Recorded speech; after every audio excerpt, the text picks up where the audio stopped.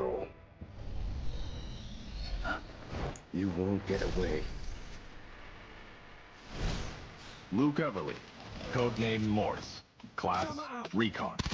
Morse is a former Navy acoustic intelligence specialist with deep expertise in maritime acoustic environments, making him highly skilled in the analysis and exploitation of sound waves and portable sonar equipment. As an operator, Morse excels in the use of his jammer, a portable sonic device that disrupts enemies by reducing their audio detection range.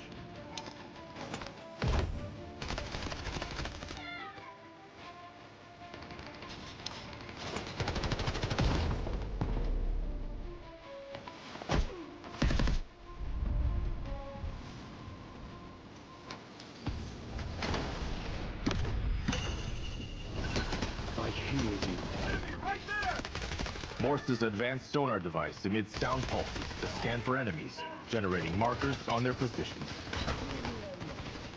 No more secrets!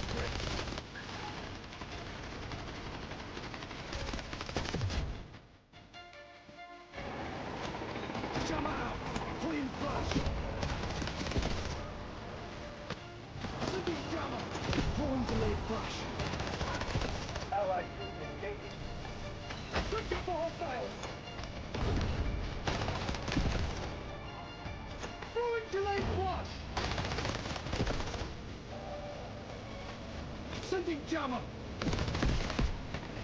Throwing jammer!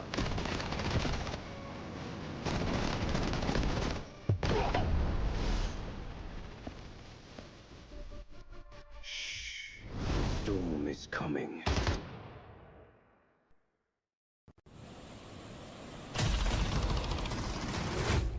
Keep it down. I need to listen.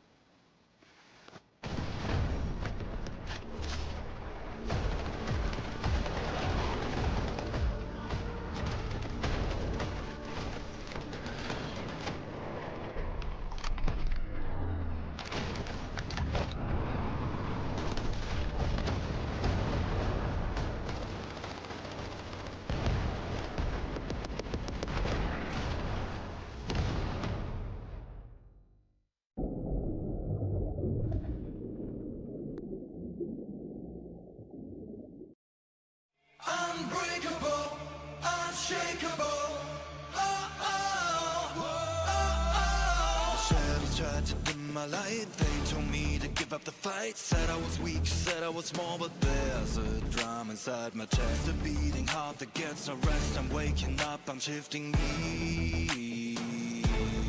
You can build a wall so high, watch me spread my wings and fly. You can try to block my way, but hear the words I'm gonna say. 'Cause I am invincible, I am a storm, breaking the silence, I am reborn. Throw your lightning, bring on the rain. I find my power inside on the daily path. Unbreakable, unshakable,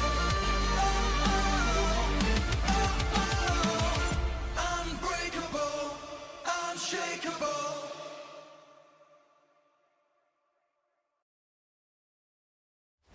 This court finds that the AI holds no legal responsibility. But the data, this doesn't add up. Just do it, the AI. Priority. Protect company assets. Valve closed. Destroyed our home! That dream again. Gabriel Mercier, codenamed N2, role engineer. As a former nuclear facility engineer, N2 was removed from his position following a major incident that escalated into legal proceedings. He later returned to military service and was reassigned to Arctic deployment under CBR and related units. With the originally designated technical specialist unable to fulfill operational requirements, and following assessment review, N2 has been approved as a replacement operator for the subsequent operation. Stun out.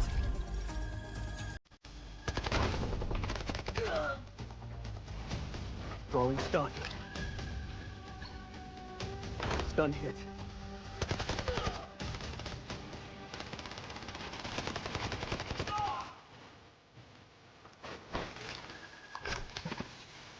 Freeze right there.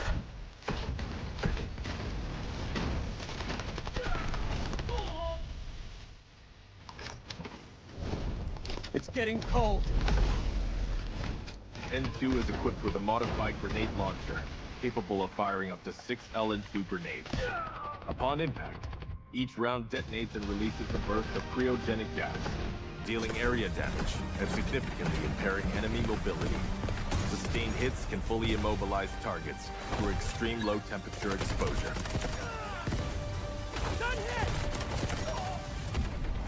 Cold. I can go colder.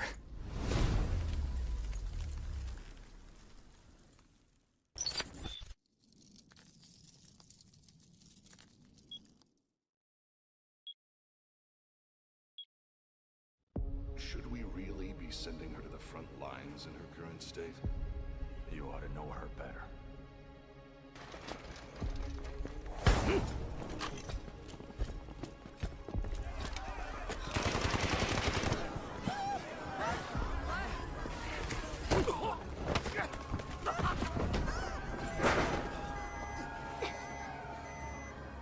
Stop!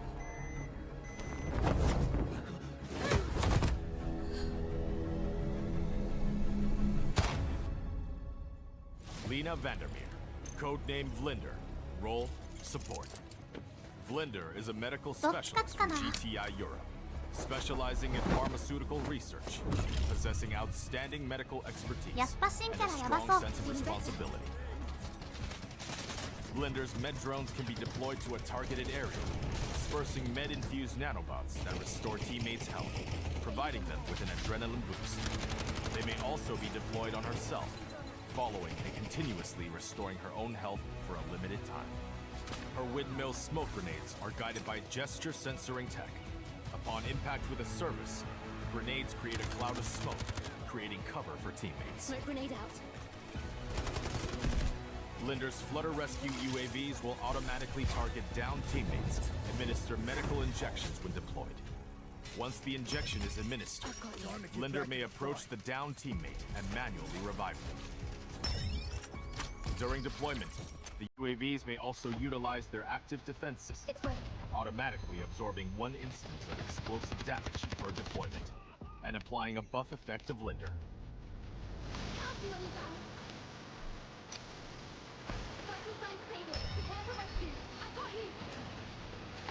It's taking effect. I'm here.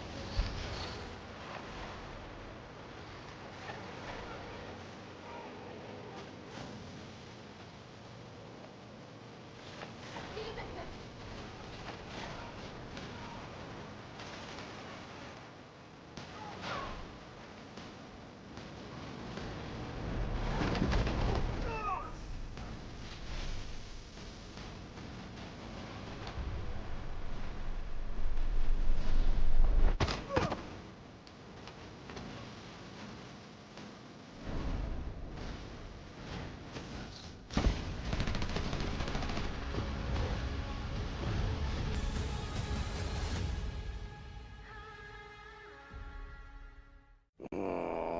Can't I just have 5 minutes, peace? Everly, we've picked up abnormal acoustic signals in the Eastern Sea. Just dolphins mating. It's that time of year after all. You won't get away. Luke Everly, codename Morris, class Recon. Morris is a former Navy acoustic intelligence specialist with deep expertise in maritime acoustic environments, making him highly skilled in the analysis and exploitation of sound waves and portable sonar equipment. As an operator, Morris excels in the use of his jammer, a portable sonic device that disrupts enemies by reducing their audio detection range.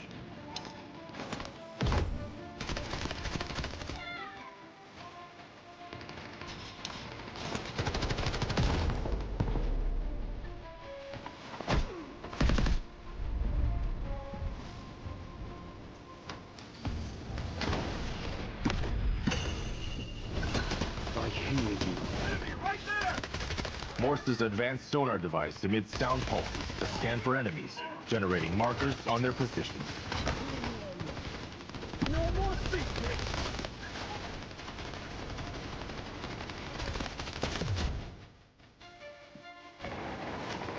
Jammer out! Clean flash! Sending jammer! Throwing delayed flash! Allied troops engaged! Switching for hostiles! Throwing delayed flash! Sending jammer! Throwing jammer!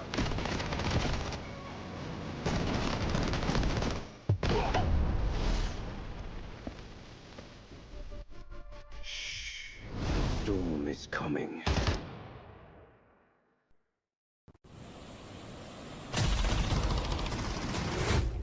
Keep it down. I need to listen.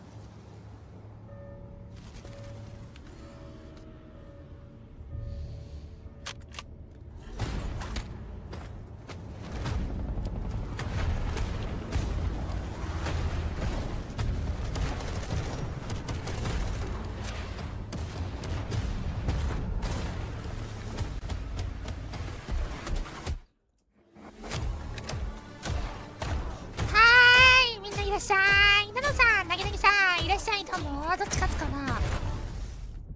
どっち勝つかな。今何の試合なんだろうね。14時のやつは見たよ。14時のやつ見た。日本負けちゃったね悔しいね。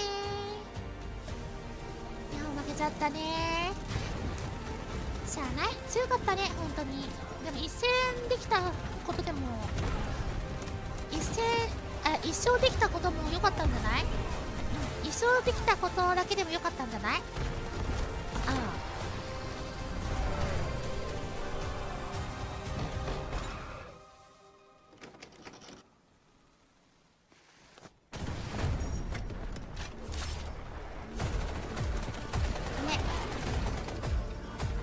ちょっと私ご飯食べてないからご飯食べながらやるねご飯のんびりしすぎてるけどね。日本負けちゃったね。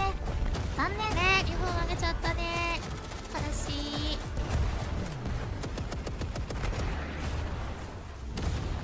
私もオフェアねやりたいんだけどね。オフェアやりたいんだけど PC が長くてオフェアできないのはやっぱ何回もやってもやっぱりオフェアだけはできないと思う。やっぱオペレーションだね。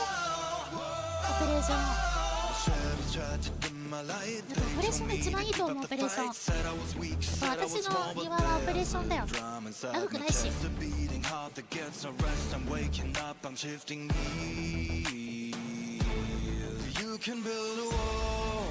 さっきの試合で分かった。さっきねオフェアやってたんだよね。私別の配信でオフェアやってたんだけどやっぱねワンチャンいけるかなと思ってたんだけどやっぱラグかった。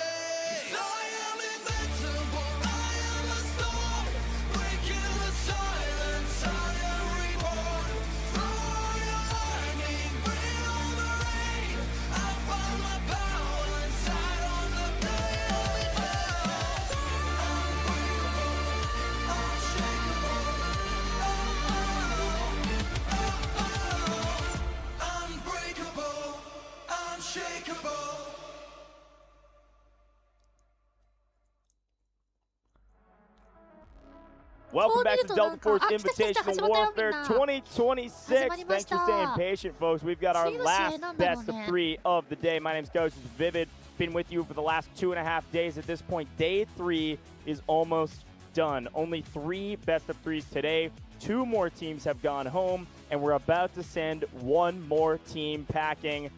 This is about to be a grudge match, man. We've seen a lot of sweeps, a lot of stomps, but this one, I think, is going to go the distance. Talk to me about how we got here. HAN versus TXD. Yeah, I mean, the biggest storyline being that both of these teams just played earlier today. For TXD, much more recently.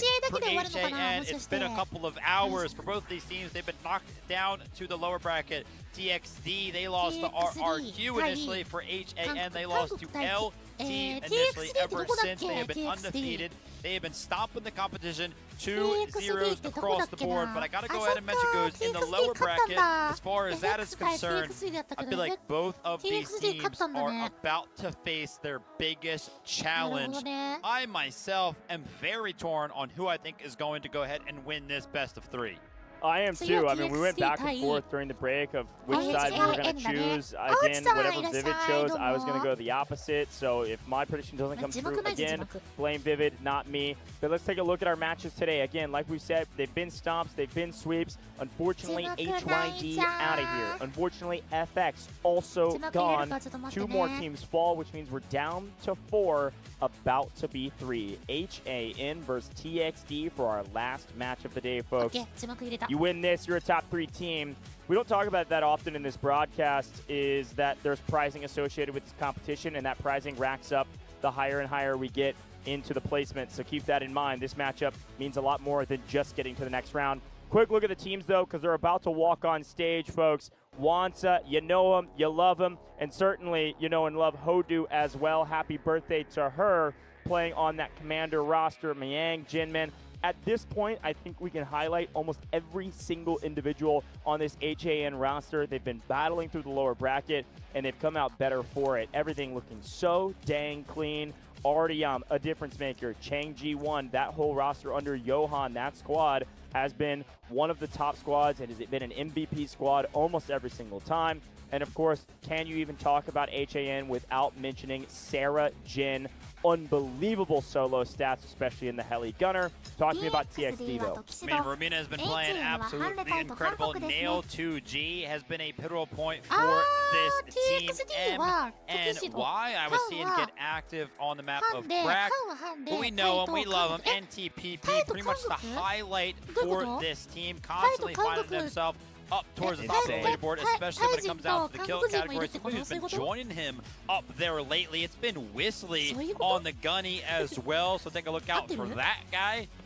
I mean, just keep going down the list for these guys. They're just so star-studded. Can I add one more top slayer? Sure. Syndrax with the bow. Yeah, true. Syndrax has been putting up pretty great numbers as well, whether you're a TXD fan or an HAN fan. The question is, are you a Cyclone fan, folks? I asked you what map you thought we'd be playing. For whatever reason, our randomizer is loving Cyclone to a unbelievable degree. We are back on Cyclone, back with the boats, and back with the jets. Quick look at the bans. Assault was banned by TXD, and Trainwreck was banned by HAN. Felt like a target ban. They hadn't banned Trainwreck before, so we find ourselves with a random map out of the remaining 6. It's Cyclone. Now, everybody catch a breath for a moment. The teams are about to walk on stage. I want to put up a couple quick things. With Cyclone being back in the mix, if you saw it, we do have Ghost rejoining their roster. HAN will have Ghost starting things off on roster because they are in the jet at RIP because they're starting attack. Ghost is going to be a difference maker. You think Ghost may be the difference maker to put HAN ahead. Looking at the caster predictions, HAN starting the attack, Ghost starting in the jet. You got HAN. I've got TXD. Why?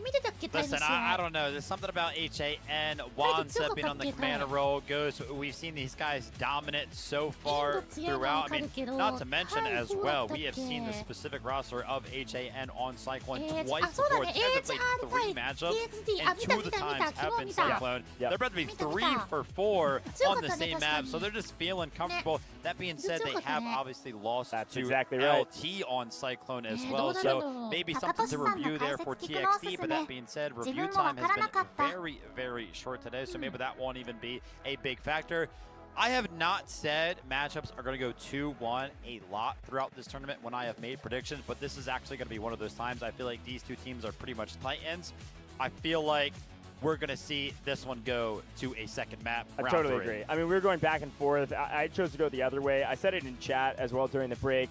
Since TXD has knocked out FX, TXD is now my team, okay? I'm running TXD until they finish, okay? So as we take a look at TXD and what they're able to accomplish, I think when you look at them versus HAN, they're just as consistent. They have just as much star power. They have just enough of an ability to compete with a team like this on Cyclone. The one question mark about this team, and I'll spend a lot longer time on this probably after they walk in, the one question mark is where is Legacy? I asked with the production in the backside what's going on. They don't know. Legacy's not playing. Folks, we'll talk more about that when we come back because our players are ready to walk onto the stage.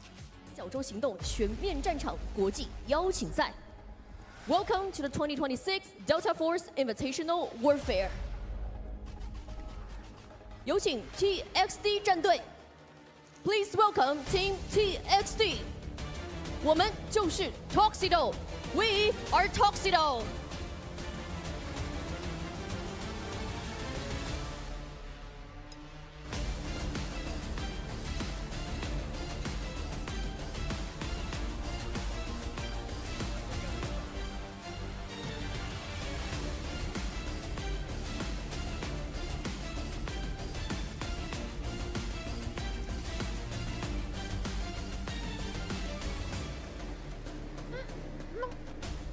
なんか人増えてきてない？感覚、待って、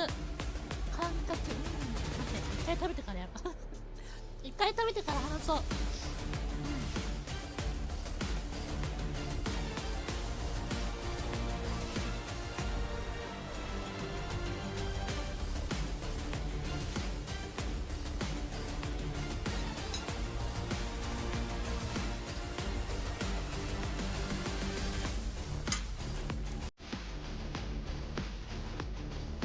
有请 HAN 战队 Please welcome Team HAN。一队一心，剑指巅峰。One team, one goal。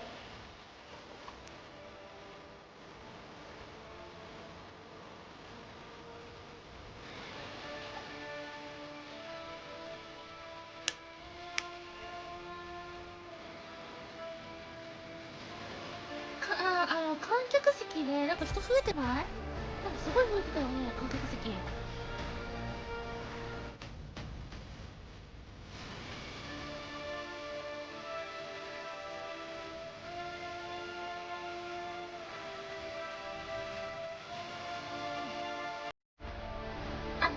なにこれなんか画面がバグっちゃった。ごめんね、ちょっと待ってね。なんかバグってた今。一瞬。ダウンロード画面になっちゃったね今。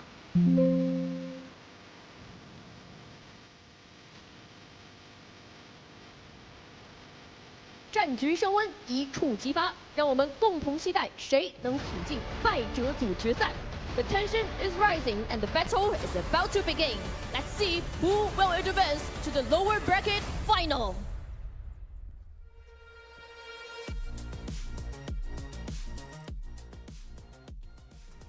Tension is certainly rising. These two teams desperately want to be top 3 and desperately want to make it to the grand finals. This is going to be a grudge match, and I'm excited to jump into the game here. HAN, you've got them winning this. We talked a little bit about it. I want to go back to a point I was making, though. Legacy is we use the difference maker point or this adjective of a player so often when we talk in Warfare, because this is a 20-person roster. Oftentimes you can have players that kind of just cycle in, play their role, and do their thing, and you could maybe filter them out with a sub and not see much of a difference. A difference maker is an individual that can make a difference as a single player against a team of 20. Legacy is one of those, and Legacy has been on the bench. We tried to talk to the people behind the scenes. Nobody knows why or what, or we couldn't get any info from it. With Legacy down, the question becomes, now what? Who's in the place? Zombra, great player. However, we're going to Cyclone, man. When TXD swap overs to the attacking side and they've got the jet, who's flying that thing? On the bench, back in Vietnam, we had Lil Egg, who was the pilot. Was more so known, though, for being a helicopter pilot, one. Two, I'm getting word from people behind the scenes, too, that Lil Egg really hasn't been the priority pilot recently. You know who has been? Legacy. So now we've got a conundrum. I'm still cheering on TXT here, but we got a conundrum. Likely going to see their second-string pilot of Lil Egg come in and have to be a hero when maybe he wasn't expecting to be with Legacy on the bench. So on one side of things, we've got TXT, of course, you know, question marks being thrown around, adjustments being needed to be made. On the side of HAN, they don't need to make any adjustments. They just found success on Cyclone against HYD. They're feeling comfortable. They were just there up on the stage earlier today. No adjustments being, you know, needed to be made. Like I said, they got the 2-0 victory over HYD. Obviously, I think both of us could agree, and everybody at home would agree as well, that, you know, TXT is going to be a tougher opponent than HYD. Yeah, so for sure. Maybe there's going to have to be some adjustments being made right there. But HAN, man, they just got to play their game. Yeah, got to play their game. Quick look at Hangshan Sports Center. It's been a lot of fun to do all of our competitive matches inside the Sports Center, and you all can't see it. Maybe you'll get to see it here in a moment at some point. You'll definitely see it this weekend, tomorrow, and of course for the grand finals. But the stadium's actually starting to pack out. We've got a second row balcony that is all but full in the main section. Our main section right behind it, production booths, are all but full as well. So it's exciting to see some audience here. Of course, hometown team will not be playing today at all. They're waiting in the upper bracket for the competition tomorrow. But still, folks, it's time for a very competitive match, and one that truly matters so much. HAN versus TXD, a spot into the lower bracket finals. Spot to be a top 3 team. Saw somebody in chat say, by the way, I feel bad for Vivid. He's going to have his correct prediction streak ended right here. I could not agree more. I think TXD's got this. They're the defending champs. Guys. They've got fire behind them. They've got momentum. Guys. They're going back-to-back right now. I'm 10-0. It's actually insane. Now, and we're thinking I'm going to be wrong? Listen, my predictions are all vibes. Your predictions are on stats, and stats have been dictating this competition thus far. I think everything has gone to paper. I don't think there's been any upsets. And we're finishing up day 3. I'm feeling good about HAN, man. Sorry to the chatter. I'm feeling good. I mean, 2-1. Listen, I'm giving TXT a map. I'm giving them a round. Listen, I'm team TXT until I die. It is what it is. TXT is now my new team. I think they've got this. I do think HAN is an incredibly talented team, though, and the HAN that we're seeing in the lower bracket is truly dominant. I mean, again, I'll repeat what I said earlier, which is that I've never seen a team dominate so aggressively on Ascension with Sarah Jin. But I will say we have seen both of these teams put up dominant performances after this competition has started, after both of them were knocked down to the lower bracket. This will not be one of those dominant performances from either side. And if it is, I will be absolutely surprised. I will be knocked down out of my seat if we do see a dominant performance. I think this one is going to be close. Remember on day number 1, we had a Cyclone go the absolute distance. HAN was absolutely a part of that Cyclone that went the distance against LT. When those matches, when those rounds, they took like 40, 50 minutes. Oh, easily, yeah. So when we have 2 Titans like this go head-to-head on a map like Cyclone, again, I think this is going to be one that's going to be drawn out. And it's going to take some time before we find out who's going to be winning this one. For sure, for sure. I would be blown away if this is even a 2-0. These two teams fairly evenly matched, but folks, we're jumping straight into the action. These players are ready to rock and roll. HAN going to be in red on the attack.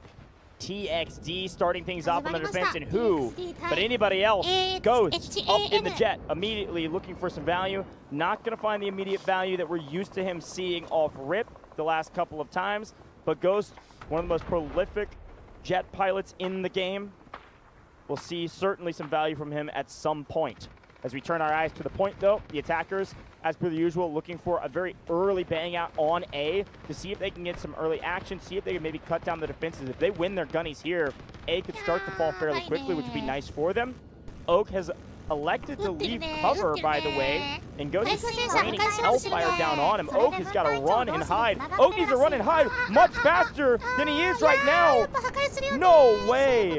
A mistake. You don't see those that often from TXD. Wow. And we saw what happened last time Ghost was left in the skies to be the demise of the opposing team. It was absolute chaos. With no love on the defensive side, Ghost might be on for another one heck of a performance. I will say TXD Oak kind of jumped into that lob very, very late as well. Like usually we see them instantly spawn into it, and they're given that a lot of time to kind of retreat. But he wasn't in it early enough. Now Ghost is trying to continue with the momentum, trying to take out another one of the vehicles, but Skynet is going to be backed up by multiple engineers, going to be able to keep that one alive. Looking towards Sector A right now. HAN have made incredible progress towards capturing this thing, and they have only lost 2 tickets. But that being said, you want to talk about progress being made. TXD, they find some of their own. Skynet takes out one of the vehicles on the side of HAN. Yeah, nice job from Skynet here to get some value from the boat. Unfortunately, that boat is not surviving any longer. That is not a great trade. Assault vehicle down for an entire boat. I mean, brutal, but there's nothing you can do when the jet's in the sky and you can't shoot it. It's directly above you, threw on the air brakes, and just sat above you, missiling above with the help of triple blasters.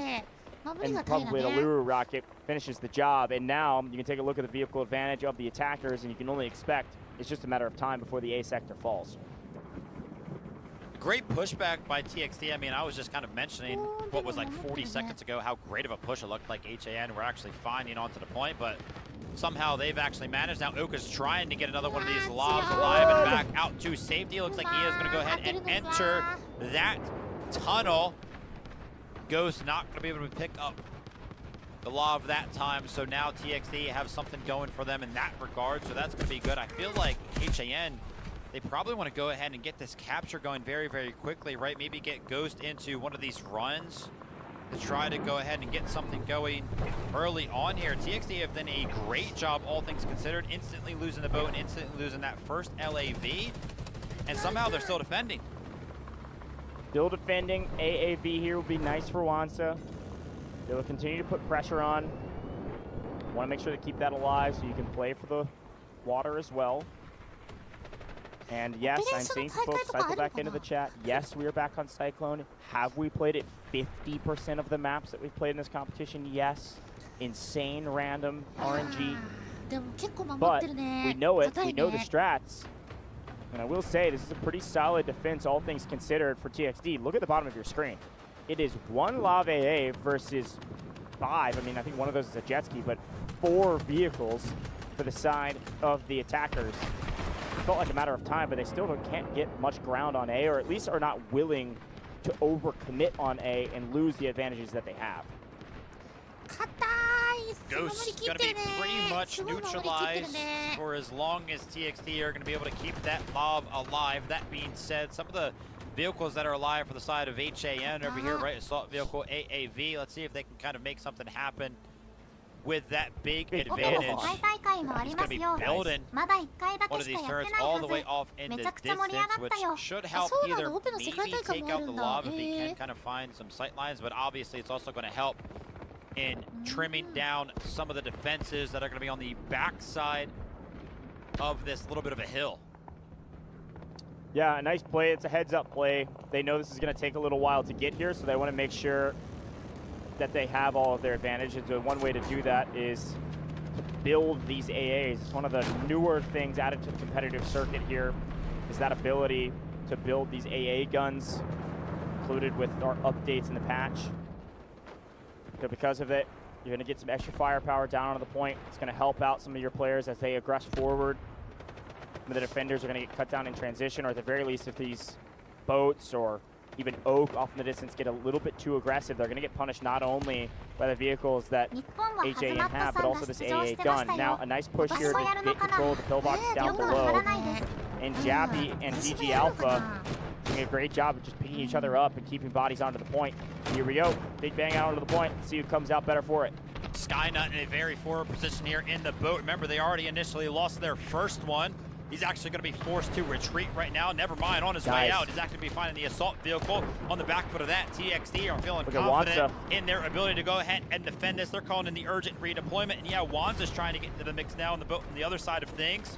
But Skynet is still finding value, trying to trim down some of these troops that are finding themselves onto Sector A. It is very, very close in terms of who has more bodies on the point. It looks like it's 50-50, but HAN, they're slightly capturing it, probably about 54 to like 46 right now. But TXD, they make a little bit of a bounce back. But on the other side of things, Skynet is going to lose control of the boat. That's going to be a big boon for HAN. That's a huge play from Johan. What did I just say? The AA gun is going to punish vehicles that overcommit. The overcommitment from Skynet was well worth it. They hold A, they force HAN to try again, but Johan cleans up Skynet's boat. The next time they make a push, the better. A little bit of a swap here in terms of the vehicles that they're going to be having access to. Wanza's going to be jumping in the tank destroyer. When you take a look at a point like Sector A, a vehicle that is so agile like that one can be finding a lot of value. But I feel like TXD have already found the value that they want out of a sector like A. I mean, HAN are down to 130 tickets. Artyom, 20 kills already. How are you performing like that? And TXD are still holding you and your team back. 20 bomb already is insane. Finding so much value on point around the map. Here's a look at the setup, though. The defense is going to take back the high ground onto the point. They're going to take back control of this pillbox where Cosmo is. Vengeance, Blake. They're trying to gain some semblance of a foothold in and on the point. Start contesting it. And here's that tank destroyer you called out as a great shout. Starting taking a couple magnetic bombs. TXD are not going to let them get away with this for free. And so you see Mayang, you see Wanza back way up and say, woo, maybe not. Maybe a little too overcommitment there. But in the chaos, the infantry go pushing forward and are finding quite a bit of blood. Look on the left-hand side. That red kill feed is flying by. And we got a lot of defenders trying to get picked up. But all of a sudden, it is a massive outnumbered onto the point. The help of Jinman, with the help of Johan from a distance, and with the help of Ghost, they've just got too much firepower. I don't think the D is going to hold for much longer. Great job there from the side of HAN. Yeah, I mean, TXD made a great effort last time when this type of a flood came in from HAN. But a big resource that kind of helped that happen was the urgent redeployment. That goes on cooldown. You can't use that every single time you would like to, so TXD are not going to have that available to them. And sure enough, HAN are going to make full work of Sector A and just barely make their way back up to 180 tickets. And again, look at how long that took, right? When we have two very good teams, Cyclone just plays out completely differently than how we have seen it in previous matchups. Oh, not nice. When I saw 4 shots miss, 4 different missiles, whether from vehicles, Allure rockets, or otherwise miss, I thought that tank destroyer is hitting the ground. But lest we forget, we've got a ghost in the skies. That jet is going to be a rude awakening anytime TXD feels like they have an advantage. And one of the only times that it feels like we'll be able to see it find value because that lob is still alive. Now pay close attention to KKN. We've seen this play multiple times. Wanza said it is a very popular play to try to steal the vehicles that spawn for the attacking side. Wanza, if you say that is an obvious play, it is a very common one, surely you're going to be ready to go ahead and play against it, counter it somehow. Yeah, and it looks like that's exactly what happened. Take a look at the map. Our player that was over there on the island did drop a respawn beacon, but they are not alive. And Skynet in deep trouble right now. Little boat fight, Jinmin versus Skynet, and Skynet is electing to run away. But upon running away, Ghost could maybe get a little active here and help out his team. It's looking like that's what he's going to do. Maybe doesn't even need the help. Yeah. Nice shot. NMY just sacking this tank to stay alive. Going to jump back onto the land. A ton of value coming in for this HAN roster. NTPP, TXD trying to be a hero. Swim away. And then maybe swim back and steal a couple vehicles. Time like this, though, right? Making this long rotation for a player like NTPP, you want this guy being as active as possible, shooting as many shots as he possibly can. Yeah, maybe he'll end up finding value with a giant flank, but I would rather him just go head-to-head with a lot of members of HAN, right? Because we know how good he is on the gun. Johan, a player that's going to be constantly flanking as well and putting down some of these respawn beacons. Zambra's got to be careful, right? If Johan can kind of place down a beacon and get a squadron in behind and lay down some explosions, this would be a big win from HAN. I like the flank from Johan, but we got to pay attention to the point. B sector is falling. Yappy will get a tank to add to the insane repertoire of vehicles that HAN has. Yeah. What is it, 7 vehicles? Unbelievable. Here's that spawn. Didn't have the respawn beacon went down actually on the small island between these two places. Johan and RU1B and Artyom, who just spawned with them, sneak past OSSN and go sprinting towards Zambra, who's in the tank. OSSN is trying to keep up with them and catch them, but nobody can catch Johan. Nobody can catch Artyom. And they're taking shots down. Zambra is on the run right now. I am scared of that man. We have seen Artyom do so many things in this competition. There's damage coming in from I don't even know where. It looks like Ghost is flying in. Jappy, who just called in that tank, found himself useful in just a couple of seconds. They're going to be destroying the tank over there. But I love the adjustments being made by the side of HAN. I called it out. Artyom, he actually switched to the engineer. Yeah. And maybe a little bit of lack of experience. He did end up missing the rocket onto the tank. But again, because Johan is going to be his squad leader, he can constantly kind of join in on those flanks that Johan is finding. A great swap from Artyom. I'm sure he'll swap back, but being fully aware of the situation and making the best out of the plays that are being called. And you want to talk about making the best out of the plays that are called. Nail 2G is going to be finding the assault vehicle again. Not too much value, but you don't want to let those type of things kind of free roam around. So great job from TXD to kind of make something happen around the map. Again, TXD is such a composed team that even with all these disadvantages, they're going to put up a solid fight here on B. Oak, again, 0-3. This is the nature of the game. This is a role you have to play as a Lav AA. You have to take a look at the jet. You have to keep them off of your team. You have to make them think twice about plays. We all know what Ghost can do in the air if he's left completely unhindered, so that 0-3 stat line really doesn't matter to me. He's got one job, which is just to make Ghost's life hell. The real problem are these tank destroyers, land vehicles that are really being able to do whatever they want because we just don't have enough firepower from the TXD defense. TXD just holding on for dear life right now. Great shots. Ghost has got this lined up. Here it is.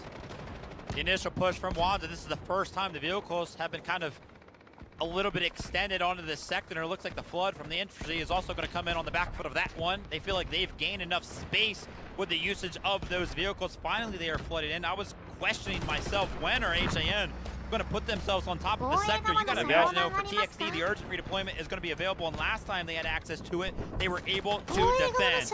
What can HAN do to go ahead and make B falter? It doesn't look like a lot, because TXT actually, in terms of the progress bar, have more bodies on the point. Yeah, this is a smart play from Jinmin to just keep harrying this AA as well. The AA is good against planes, not that good against boats in comparison to some of the other land vehicles that you can utilize. So Jinman's going to keep putting pressure, make that Lav AA think twice about the way it plays. Therefore, it can't actually harry our jet friend. It's just a domino effect. That's the way things go around here. NTPP from TXD, not quite as effective as we see in the past, but on the assault operator on the Byron, lands both magnetic bombs with ease. He's able to take down the assault vehicle.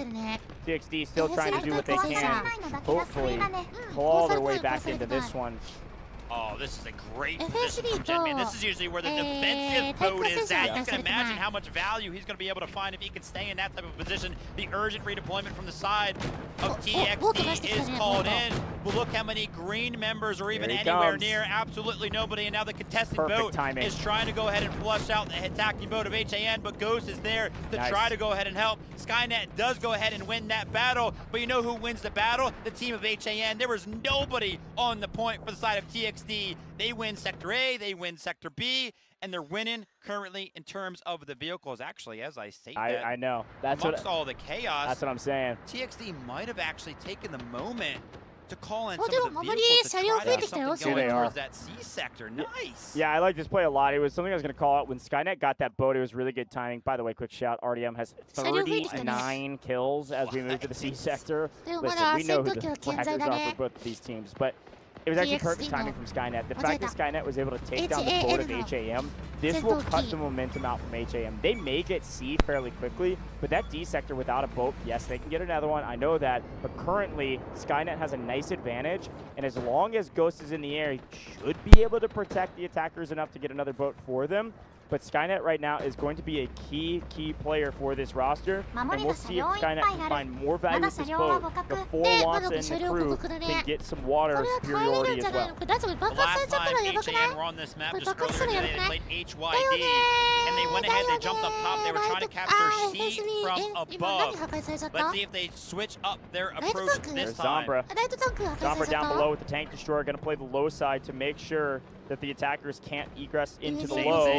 So they're going to swap sides. Defense goes low, attackers go high. Again, this is a numbers game. It is body stacking. They don't even really fight until one team has to. So if you have the advantage in numbers, the other team comes to you. You all know how this works. We've seen this now 5 other times. Okay, so let's see who makes the first move. Bodies below, bodies on high. It looks like just barely the defense have a number or two more. So you should see the attackers have to make a play here. Oh no! My gosh! Wansa over the top with the Allura rocket to finish off one of the vehicles of the defense. We were so worried about the point that the attackers knew they were losing the numbers war, so they scatter and go for vehicles. I love this play from Ghost and the team to make a play for the vehicles of TXD, not necessarily make a play to capture the point right this second. And with that big retreat from the tank destroyer and the other vehicle kind of getting destroyed from the side of TXD, they have absolutely conceded control over the top. HAN have full control on the top side, and they are slightly capturing this, right? They have that little bit of an edge over TXD. That being said, their artillery barrage is going to land directly on top of all of the members of HAN, but is it actually going to land? Is it going to find any value? You would have to imagine that somebody from the side of TXD has to do a little bit more damage to go ahead and actually find any kills, because take a look at the progress bar. HAN are constantly capturing this thing right now. Yeah, somebody's going to have to make a move here. The artillery barrage is being blocked by this pillbox up above. Equalize. Barricades. It is very close. But people are dying, people are scattering. That's 2 down, and it's enough to stop this C zone from being connected and captured. That's what we're talking about. That's how weird this C sector is on Cyclone. It is straight up a 1 or 2 player difference, and NTPP knows it, tries to make a play to kill people above fails, and therefore HAN capture the C sector. Bottom of your screen, watch these vehicles in the next 35 seconds as we transition to the D sector. Yes, we have an advantage on the side of Wansa and HAN.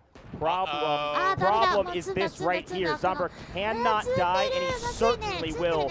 Way too many bodies. Great play from HAN to hunt down Zambra and Miang to help get the assist on the tank destroyer. What a mistake. When C started to fall, you should have seen Zambra running for the hills, because this was a bad move, unfortunately, for them. And they're going to lose another to the Jet. Unreal. Perfect execution in the transition. The 40 seconds between C and D are some of the most crucial moments, and HAN had a perfect transition. Listen, I'm not the best driver myself, but that Lav, by the way, was trying to retreat back to those hangars and flipped the barricade and was a sitting duck for Ghost in the pilot seat and immediately took advantage.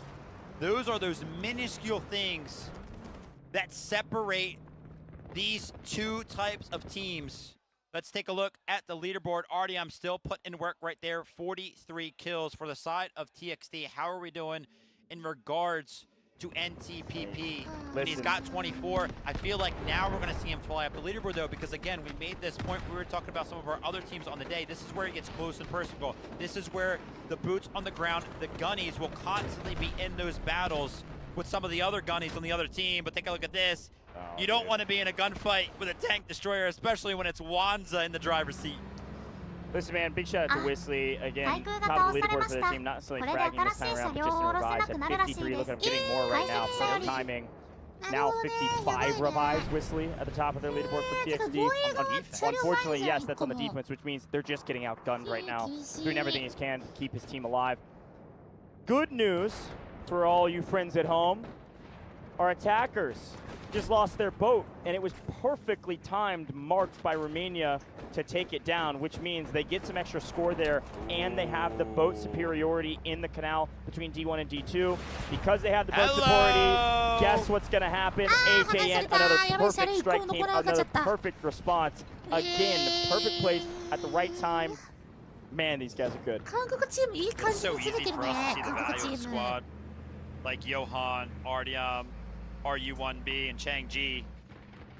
They just do so good, and it's great to see the switch up of operators too. It's not often that we see a lot of these players feel comfortable switching up on the operators, but it's great to see them make the changes as they are required. So now the advantage is all in the hands of HAN. That being said, it is still very, very hard to kind of penetrate the defenses of T1, even when you do have the vehicle advantage, because if we do go ahead and break down the numbers here, Saracens in the tank, you can't get that one towards D1. It's just impossible to drive that down there.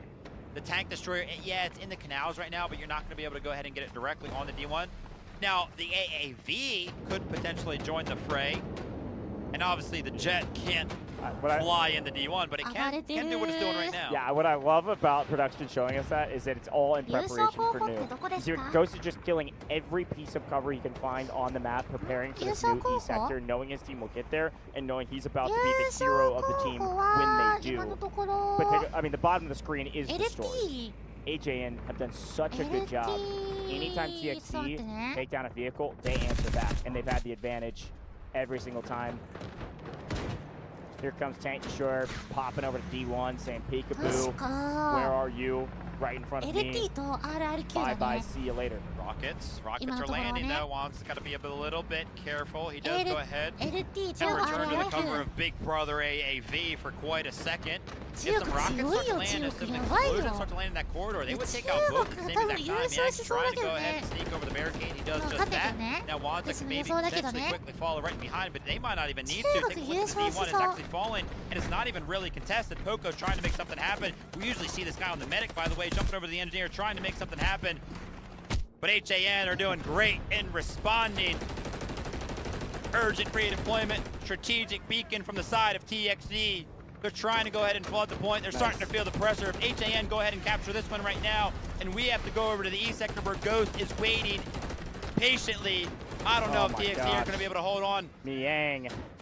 Niang picks up a triple in the AAV. This is the power position they needed. They get both vehicles inside on D1. They put the AAV in the water. They got the tank turret behind it. Perfect sight lines and just raining hellfire. Jinman picking up a triple from the gunner seat. I mean, this is just shooting fish in a barrel, and unfortunately, maybe it's the fish shooting back from the water. I don't know what's going on, but all I know is that it is HAN all day. One thing we do know as well, take a look on the other side. Exactly, D2, they have decided to try to play tug of war. They've got a boat back. They got a couple, a jet ski as well, and they're moving their way to D2 to at least stall out this D sector. They need more time. They need more scores. They need to have something that they can utilize for the next sector. E is going to be impossible to hold if they don't find some advantage right now. I mean, 155 tickets available to the side of HAN. You gotta imagine they can for sure make this one happen. Skynet is going to be the backbone of this defense, because if he is able to go ahead and keep this boat alive and find some value, he can sit in this canal that separates D1 and D2, cut off some of those rotations, make it just that much harder for HAN to consistently capture both. The only way that HAN can go ahead and counter this is another strike team, in my opinion. So pay attention to that Bravo squad once again. I mean, Artyom's picked up 50 kills, by the way. That guy's going absolutely crazy. Yeah, shotgun, by the way. Oh, man. This meta is crazy. So many bows, so many shotguns. Blink of an eye, TTKs. It's the name of the game right now.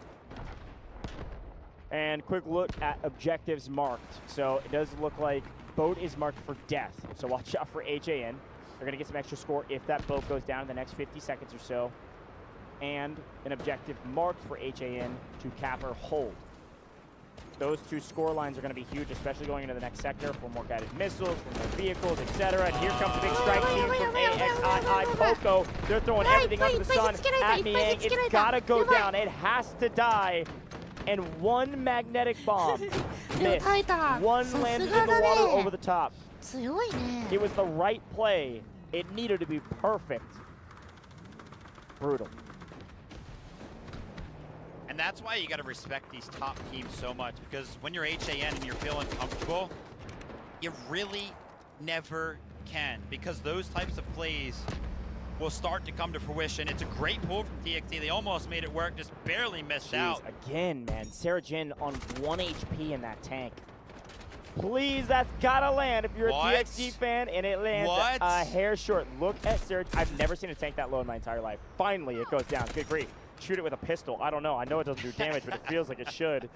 Golly. Sarah Jin finally falls. That is a tank down. A small victory for TXT. I would count them holding D2 still a small victory. Still plenty of lives remaining. Artyom once again switched over to the engineer role, so they're actually going to switch their focus potentially over taking out that tank. But a huge effort from OSSN on the gunny, actually taking out almost that full squad. So that's going to be delayed for sure. Now, Poco, we know exactly what the mission objective is right now for these guys. Fire and dash onto the vehicles. Actually, they go ahead, they say, nah, never mind. We're not interested in doing that. They hit the respawn button, potentially required elsewhere. D1 was marked for a hold. That's why you see the attackers not just full tilt sending at D2. They can't afford to lose D1 when it's marked as an objective. That's a lot of score that the commander just earned for themselves to be able to utilize for everything under the sun, including calling in vehicles, calling in whatever you need, urgent redeployment, team respawn beacons, you know, the whole 9 yards. So now that it's marked, expect to see the attackers get much more aggressive to pushing this boat. We've got a strike team on the backside.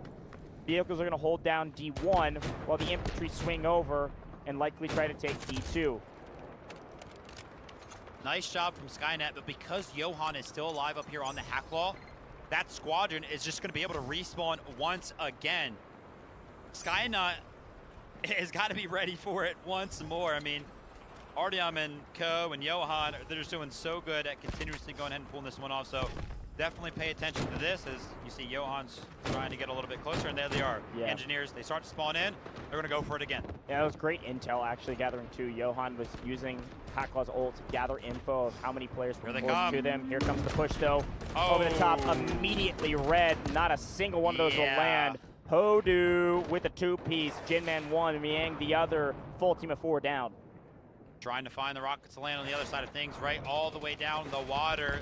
one does land, but the repairs are coming in. You can see that 4 out of 4 on that boat. Skynet is equipped with plenty of engineers. This is kind of like a push and a pull. For both sides, they're looking to take out the vehicles. They're waiting for their strike teams to find themselves successful before they make anything happen. But as it currently stands, TXD are kind of winning out the trades, and as I actually say that, HAN for the first time in what feels like forever find a little bit of a foothold towards D2. Gonna need Skynet to go huge here in the water. Need to open something up for the team. In the meantime, I'm seeing Veronica, Stacks, Kamosi all on the bow. 8 kills. KKN on the bow, trying to answer back. Bow left, bow right, shotgun left, shotgun right. Blink and you're dead. Do I hear that right? Yeah, that's a guided missile. Where is it landing? Who is it from? Of course it's from the defense. TXD, they need something to land. Look at what they're doing. The vehicles. Oh, it lands perfectly. Enough damage through the walls. See ya later. Urgent redeployment. What a tide-turning surge for this TXD roster. Urgent redeployment, beacon down, missile down, all green, all day on D1. What a swing. A huge investment from TXD. I mean, I don't know if it's going to matter in the long run of things, right?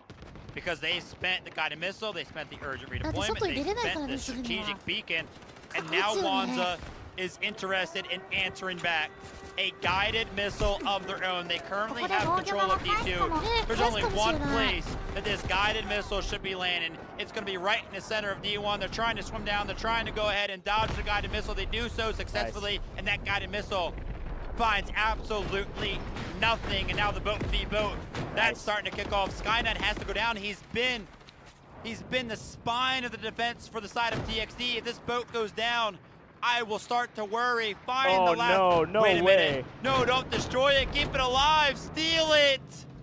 Are you kidding me? Nail 2G valued his life a bit too much. They bail out of the boat. They get killed in transition, and they lose the boat. All momentum that TXG just earned with their guided missile and all of the score that they've been battling so hard to utilize is all but gone. 2 boats now for the side of Wansa and HAN, and another guided missile to secure this D sector. What a swing back the other way. Anytime TXD make a big move, HAN answer back. Oak is able to destroy one of the 2 boats that they have. This guided missile lands over the top, picks up 2 through the ground, and here come the troops. D1 down, D2 will follow. A boat does get taken down. A little bit of a silver lining, and somehow Nail 2G, Skynet, OSSN, 3 players on D1 have kept this sector from being captured, but there it is. Enough bodies swarm to point. D sector goes down. Only 1 vehicle apiece, kind of. A jet versus I think a jet ski, so yeah, tough. Artyom on 51, hasn't necessarily found many kills since we last checked in on the leaderboard. But my man Stacks, 51 of his own. He's absolutely surged up the leaderboard and Wanza with 42,000 score. And a bunch of the other members of HAN with a bunch of score as well. Once we return to the UI that shows us the inventory that's available in terms of what's able to be called in. 7 guided missiles for HAN to 0 of TXD. They've been saving up. They spent a couple to go ahead and capture D. Insane. But now that all those missiles are available, now that they can kind of reset, call in all of those vehicles, set them up on top of the hill where we have seen them time and time again on a map like Cyclone. And then the biggest point of it all, every time we return to Sector E, it is a giant wake-up call for the defense. Oh yeah, there's a jet in the sky. I'm going Ghost, man. Difference maker for this team in a big way. Air superiority and barely gonna let that lob stay alive. Oh, great job to skate his way in. And a huge shout out to Skynet there repairing on the way through. We take that. We get 1 up. That's a nice little win there for the side of TXD. But honestly, I love the full send from TXD to try to hold at D. Again, I said this before.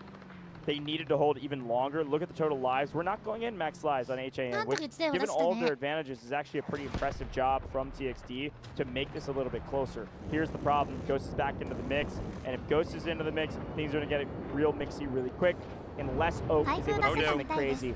Hodu finds the tank destroyer. It just wraps, man. I don't know what TXD can do right now. The resources aren't even close. It is a matter of time before it is missile on missile on missile. They're up to 8 that they can use. It's gonna be tough.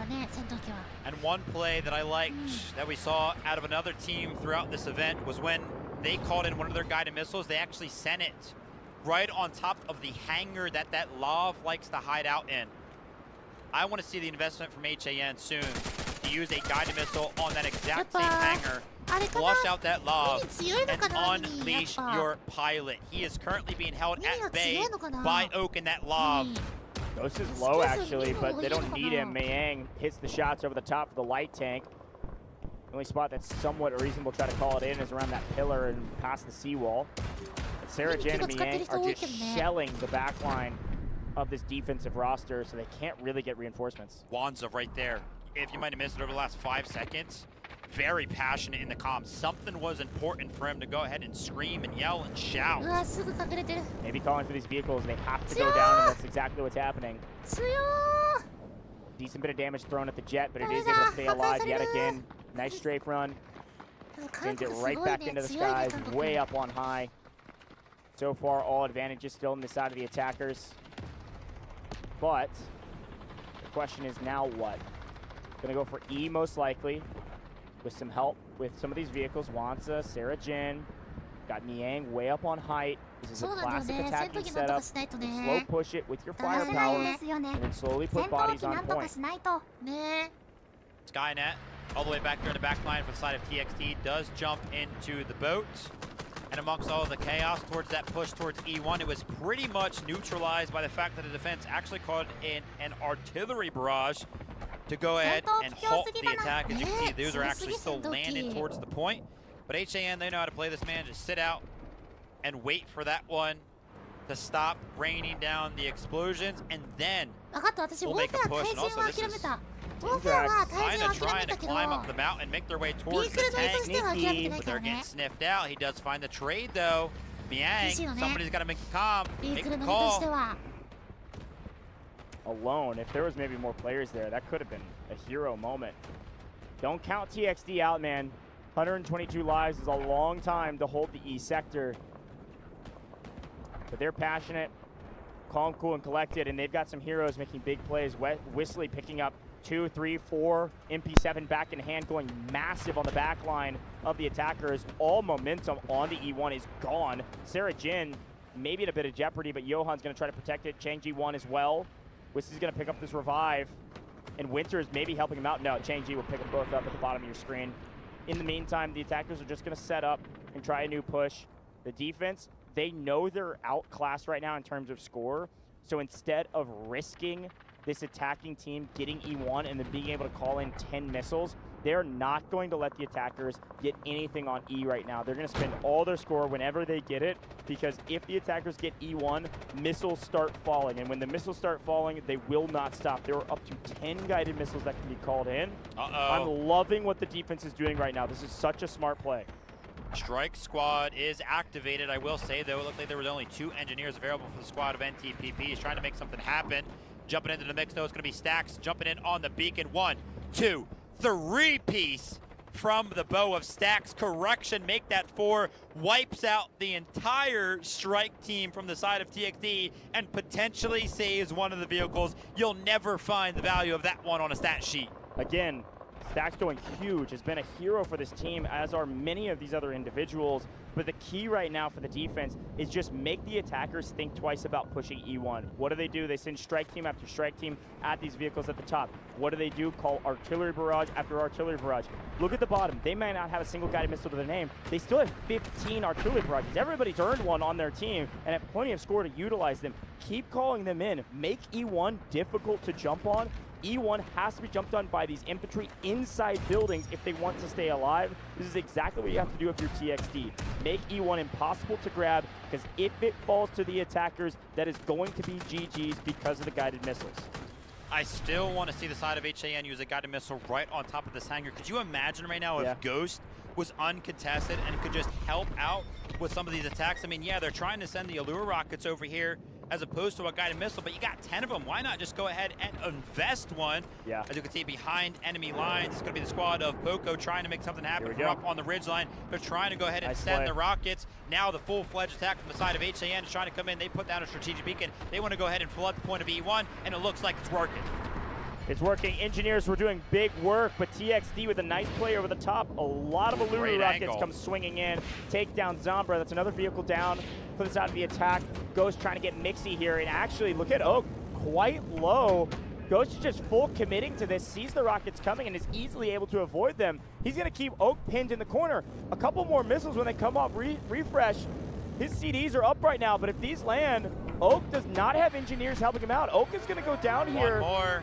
And once this goes down, everything is blown wide open. What a play. And right when the lob goes down, there's the call. We have E1. It is time for the missiles, folks. These missiles will not stop until the game is over. They don't need value. They need to zone players off. They need to make the defense think twice about going anywhere on the map before they get blown to smithereens. One after another. Here they come. Using the Harrier function on the jet is so cool to see. Way to find the angle right now in the absolute collapse of E2. Obviously, you have all the vehicles that are surrounding. You have the jet above. What are guided missiles that are going to be landing constantly for the next couple of minutes? Johan does only find one direct kill with that one. But again, these guided missiles, they act as one thing and one thing only. A giant eviction notice. Get the heck off the point. Every single time you hear that siren get out, TXD are going to feel the pressure, and they have to get off the point. TXD's only answer right now is to send guided missiles of their own back. There they in. They send the house. They send all the score that they can. Urgent redeployment, get to the point, folks. We've got a guided missile that'll protect us. E2 cannot fall right now. We already made a mistake and let E1 fall. We tried our best, but they have 99 lives. You've got to withstand the onslaught of the guided missiles from the attacking side. The only way to do that is just stall the game out by launching your own. We've seen, what, 5, 6 different missiles come down from HAN. They got 6 more, but Romania and TXD are resilient, and this urgent redeployment is allowing them to stay alive. Guided missile after guided missile is nice. A couple of your own means E2 will not fall, folks, and the guided missile disparity is now much closer. TXD is not getting shaken by the missiles. They've slowed down. They've kept E2. We're going to have to, I guess, think of a different strategy here. No, I actually love this, Ghost, because they sent the house. What did they send? Guided missiles, strategic beacon, urgent redeployment, artillery barrage, all on E2 amongst all that chaos. Guess how many lives HAN lost as a result? 8, 9 now. They lost basically nothing. They could just reset and attack again. TXD are not going to have all those things available once again. And now, yes, they're going to do just that. They're going to go ahead and try to re-approach E2 and see if they can make it work this time. Missile after missile. Where will they land? Yes, near and around the point. One errant missile, one prediction of where these players are respawning and pushing from rather than directly on the point, and things could change dramatically. Both teams launching missiles. This one will likely land directly on the point and find a couple. No, just one. That's Veronica on the side of the defense. Missile warfare. Turns 3 missiles for the side of TXD to now 4 from HAN. You're right, they haven't lost many lives, but they've lost what? 8 missiles now? This is getting closer and closer. The one nice thing if you're an HAN fan is that you've got a massive vehicle advantage that you can start to utilize. You can't put them on the point because they'll get blown to smithereens. But you still have an advantage. This is still looking like an HAN victory, but I can appreciate TXD's fight here. And now, exactly, we're going to wait for Ghost to start to find some value as well. Just being patient, trusting in their pilot. HAN trying to make something happen, but if you want to know whether or not HAN is truly invested in capturing E2. Just pay attention to how many direct bodies are actually on the point. When some of these guided missiles are landing, there's only like 1 or 2 members. Like, they're not actually interested in capturing it. They're just trying to find some value from some of the vehicles before they do go ahead and overextend and throw some bodies on the point. Because as soon as you do jump on the point, one of those guided missiles are going to land and surely take out some of your lives. And it's going to hurt your tickets. So you got to be careful from the side of HAN. They do still have a lot to work with, but now a full-fledged flood without a guided missile to go ahead and initiate. We need a guided missile from the defensive side if you want to stay alive. Jinman takes a couple tank shots, a couple AT-4s, a couple missiles here from NTPP. The boys are still fighting. Some of these vehicles need to fall in the chaos. But E2 is wide open for Red, the attackers, to take it. They're thinking maybe, does the defense try to go for a retake of E1? We need to protect it, so Jinman's trying to do just that. Jinman goes down though. That's a vehicle down. Oak, great job with NTPP to take down a vehicle. Jet still in the sky, but the AAV down is a huge win. Wansa got really aggressive with the tank destroyer, but with the AAV down, he's now a bit of a sitting duck. He's gonna back up and play a little bit slower. TXD somehow are holding this, still in control, and Poco's gonna put the team strategic respawn beacon down, gonna put it on the E1 side. They're looking for a trade here, and Ghost has perfectly read this. This play would have been a great one, turns into a brutal one, wasting a beacon and all dying. But they're still holding E2, and another vehicle goes down. A couple well-placed AT-4s. The tides are beginning to shift. Still a bunch of guided missiles able to be called in from both sides, and during that whole little push and pull, neither side actually opted to go ahead and call them in at all. So a little bit of a pause in terms of the score streaks that are kind of coming in right now. Ghost still trying to make himself active on this E sector, is flying up in terms of the kill category. But we gotta make something happen. And now Stax is looking to do just that. The guided missile is going to be landing, but where is it going to land? Goj mentioned it. It's all about the prediction. Send it off of the point, but you basically got to guess where are these guys going to go. It'll land on the backside. There were a couple players there, but Ghost killed them all already. You have the follow-up, though. I feel like these guided missiles are coming in. We're mistiming our pushes with our infantry. We don't have bodies to follow up on this. Unless you kill the whole team, these missiles aren't doing anything on either side. You're just zoning players off, which is part of the purpose. You're trying to zone players off so you can set up an appropriate push or an appropriate defense. But my goodness, I've seen more kills from shock arrows of Lunas, man. All right, HAN with another guided missile. Same thing once again. This time, Ghost is going to be calling it in. We're taking a look at the jet ski, which is focused on making some of the flank plays happen. Now Ghost sends the guided missile. It pretty much lands in the same exact spot that they have been sending them. They do not have a read on where the defensive side is going. Zombra finds the AAV. The vehicle disparity is currently dwindling, but so is E2, so is E1. HAN, amongst all the chaos, are actually finding a lot of value onto the points. But that being said, with Medics landing a guided missile onto E2, he's going to be taking out 2 of the members that were capturing it, and the defense is trying to get more active. Great job from Wansa to almost solo carry the team over to E1. That was a fantastic push by the defense. Wansa had to go back with Tank Destroyer and wipe all of the players from the defensive side that were trying to retake and play the tug of war. In the meantime, though, because Wansa didn't have the firepower to help out on E2, and the guided missile lands on E2, E2 is back in control. There it is! Finally picking up a triple there. E1, a triple on the guided missile is the signal flare. We have to move, and we have to move now. They throw it into the neutral zone. E2 back in their control. This guided missile is landing in 10 seconds, but it needs to land in 5. Look at the attackers. It's got to land right this second. They have to cut down now. This may be too little too late as the zone off happens, and it doesn't connect with Mini. We still have defense on respawn. We still have, what, 1 player here? I think this last guided missile will cut down the reinforcements. Urgent redeployment is their last hope. We got to get to the point. We got to get to the point now and hope this missile misses. Finally, a 0 in the category for guided missiles for the side of TXD. They no longer have that available to them. 2 seconds until this one lands. It just has to land off point. Doesn't have to do much. Just zone off the defenses for a little bit longer. An absolutely clinical approach to the map of Cyclone. We have seen this before. Last time they were on the map, it was up against HYD. They 2-0'd them. Their attack was successful. But 1-2 matches before that, they went up against LT. They were on Cyclone. They were on the attack. You remember they went double overtime, and they ended up failing. This time, They were just a little bit more patient. They waited for those advantages to come in, to find their full value, to wait for their vehicles to do what they do, to wait for their pilot, the GOAT Ghost, who, by the way, just joins these guys to do just that, to be that pilot. Wait for Ghost to go ahead and win out in a little bit of a nuanced fight between him and the Love. I mean, let me be very clear. It may have felt fairly clinical up until the E sector, and I think overall, the overall game plan of the E sector was textbook. Here's the thing.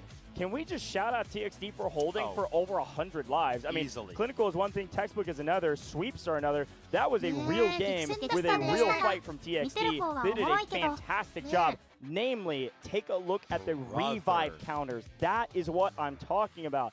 Defense, when their backs are against the wall, they're down 10 guided missiles. How do they keep their bodies on the point? 114 revives from Whistly, 114 revives from Medics, 93 revives from ATX.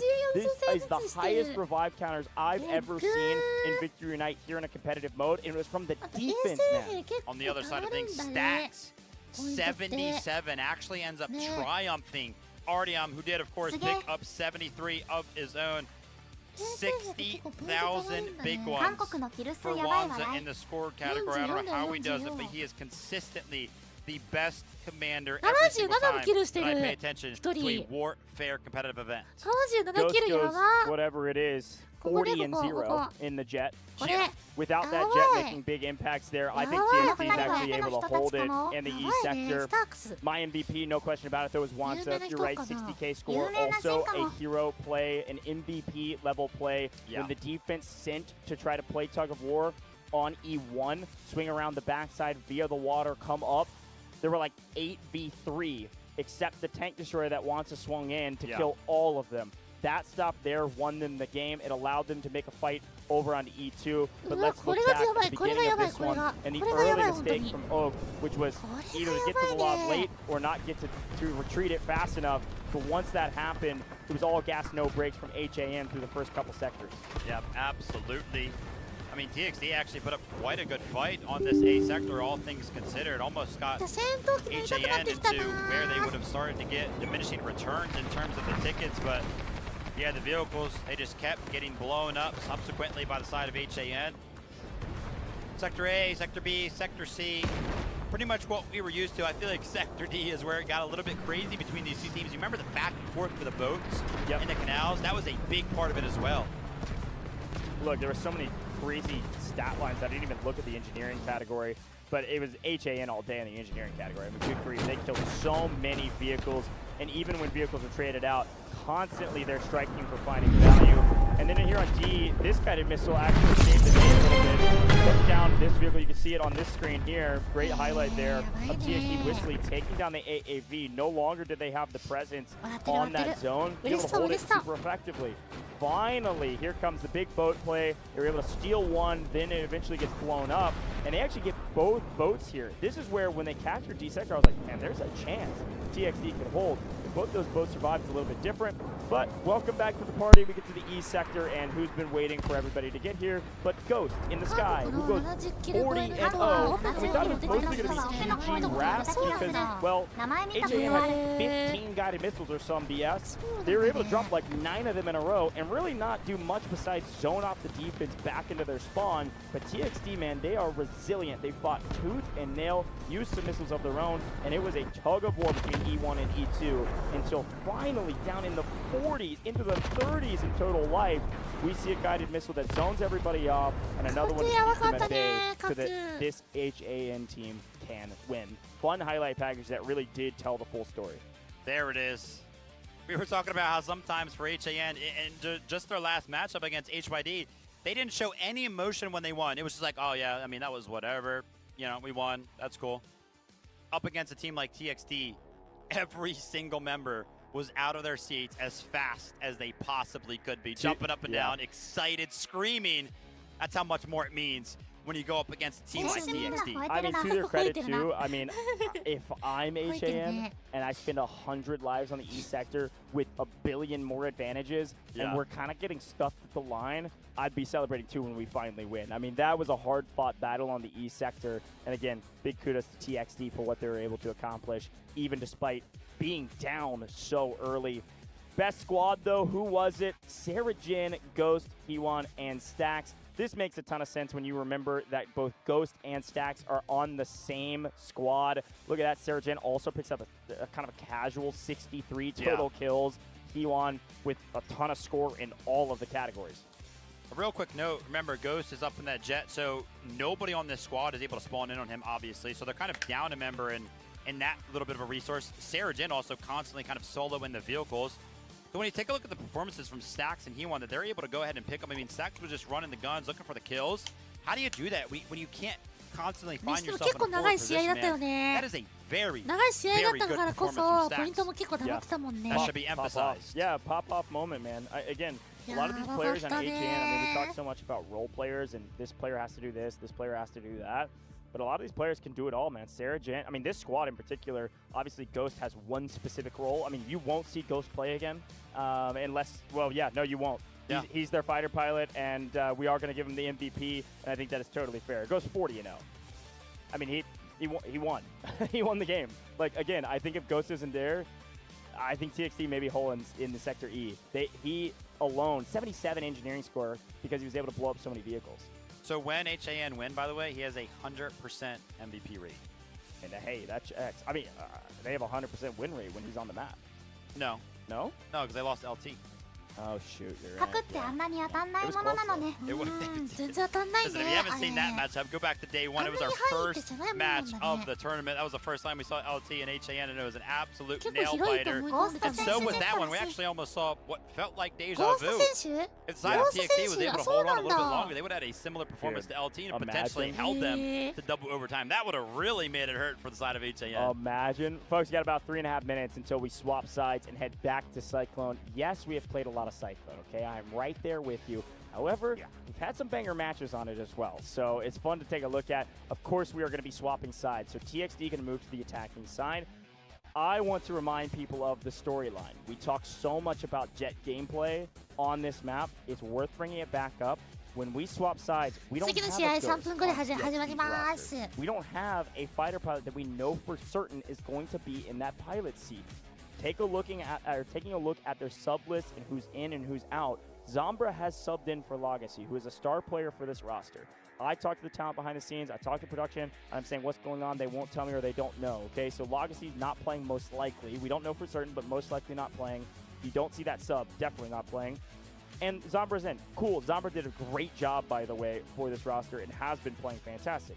Here's the thing. When you think about their pilots, the only sub that we know to be a pilot is Lil Egg.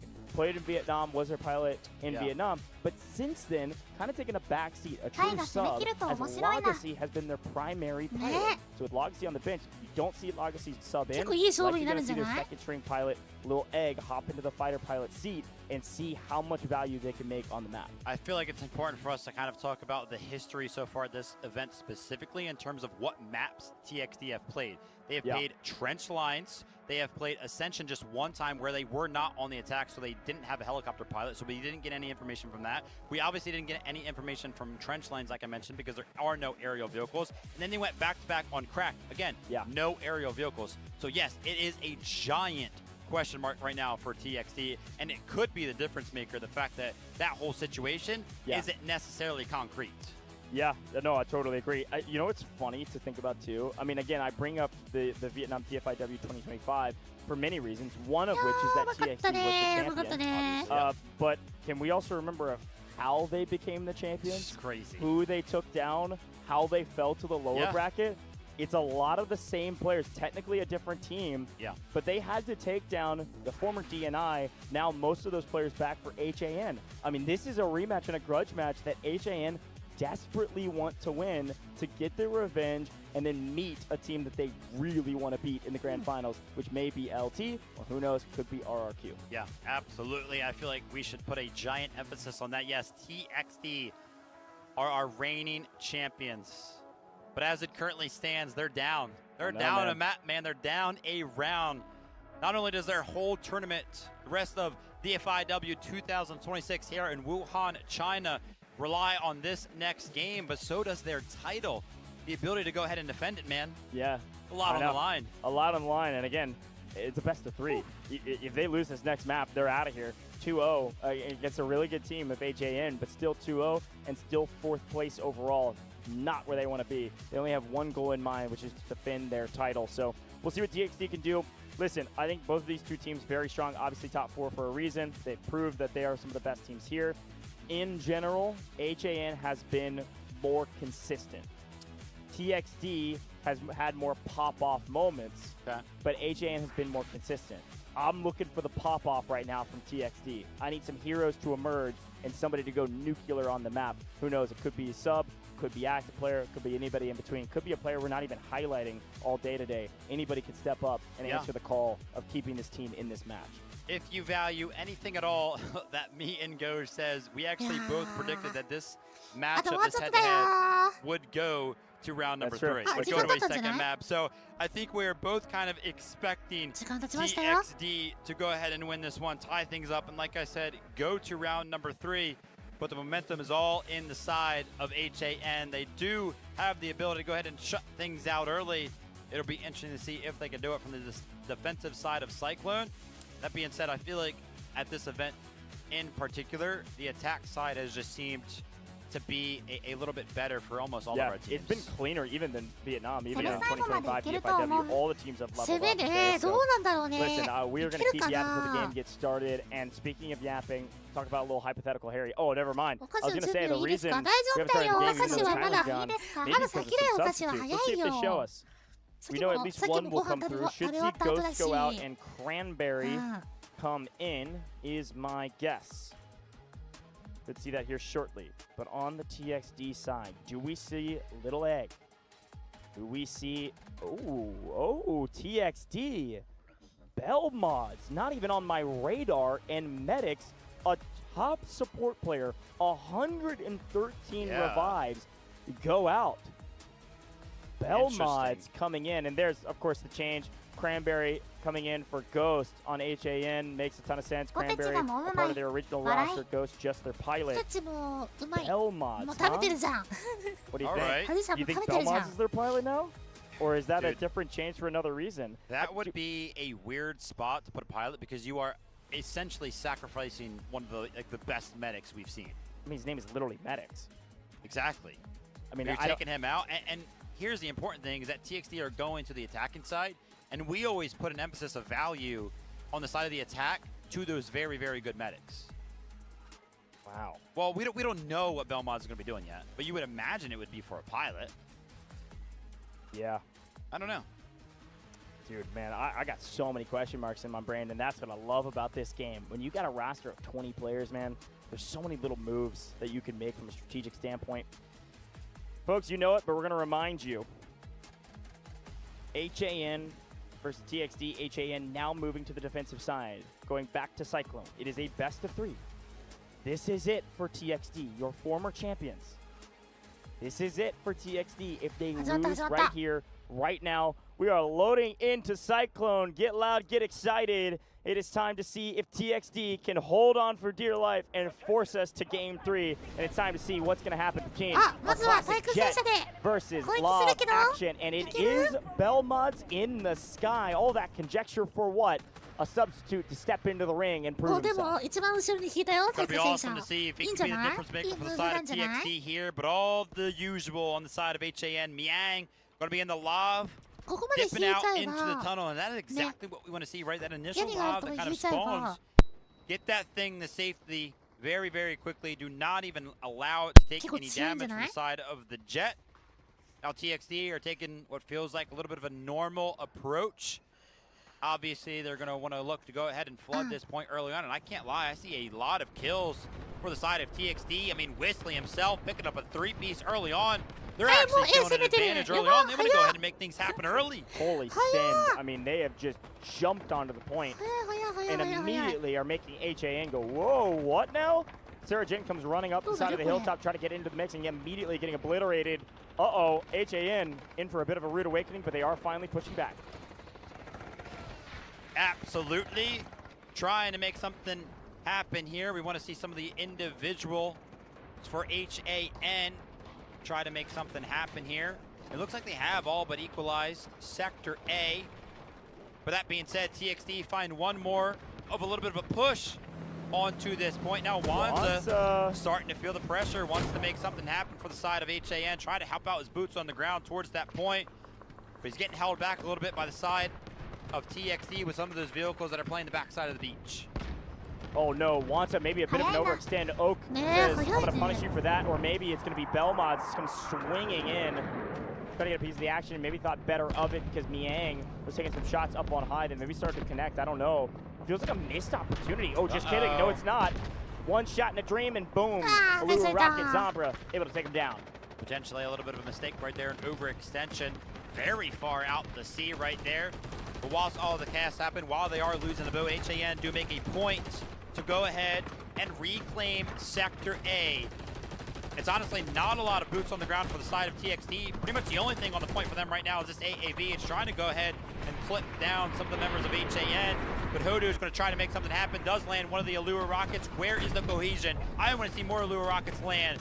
One more does land. Any more of a follow-up, we might be able to take out this AAV, but that's going to be a failed attempt from the side of HAN, and now Belmods, like we mentioned, first time up on the stage here, does get substituted in.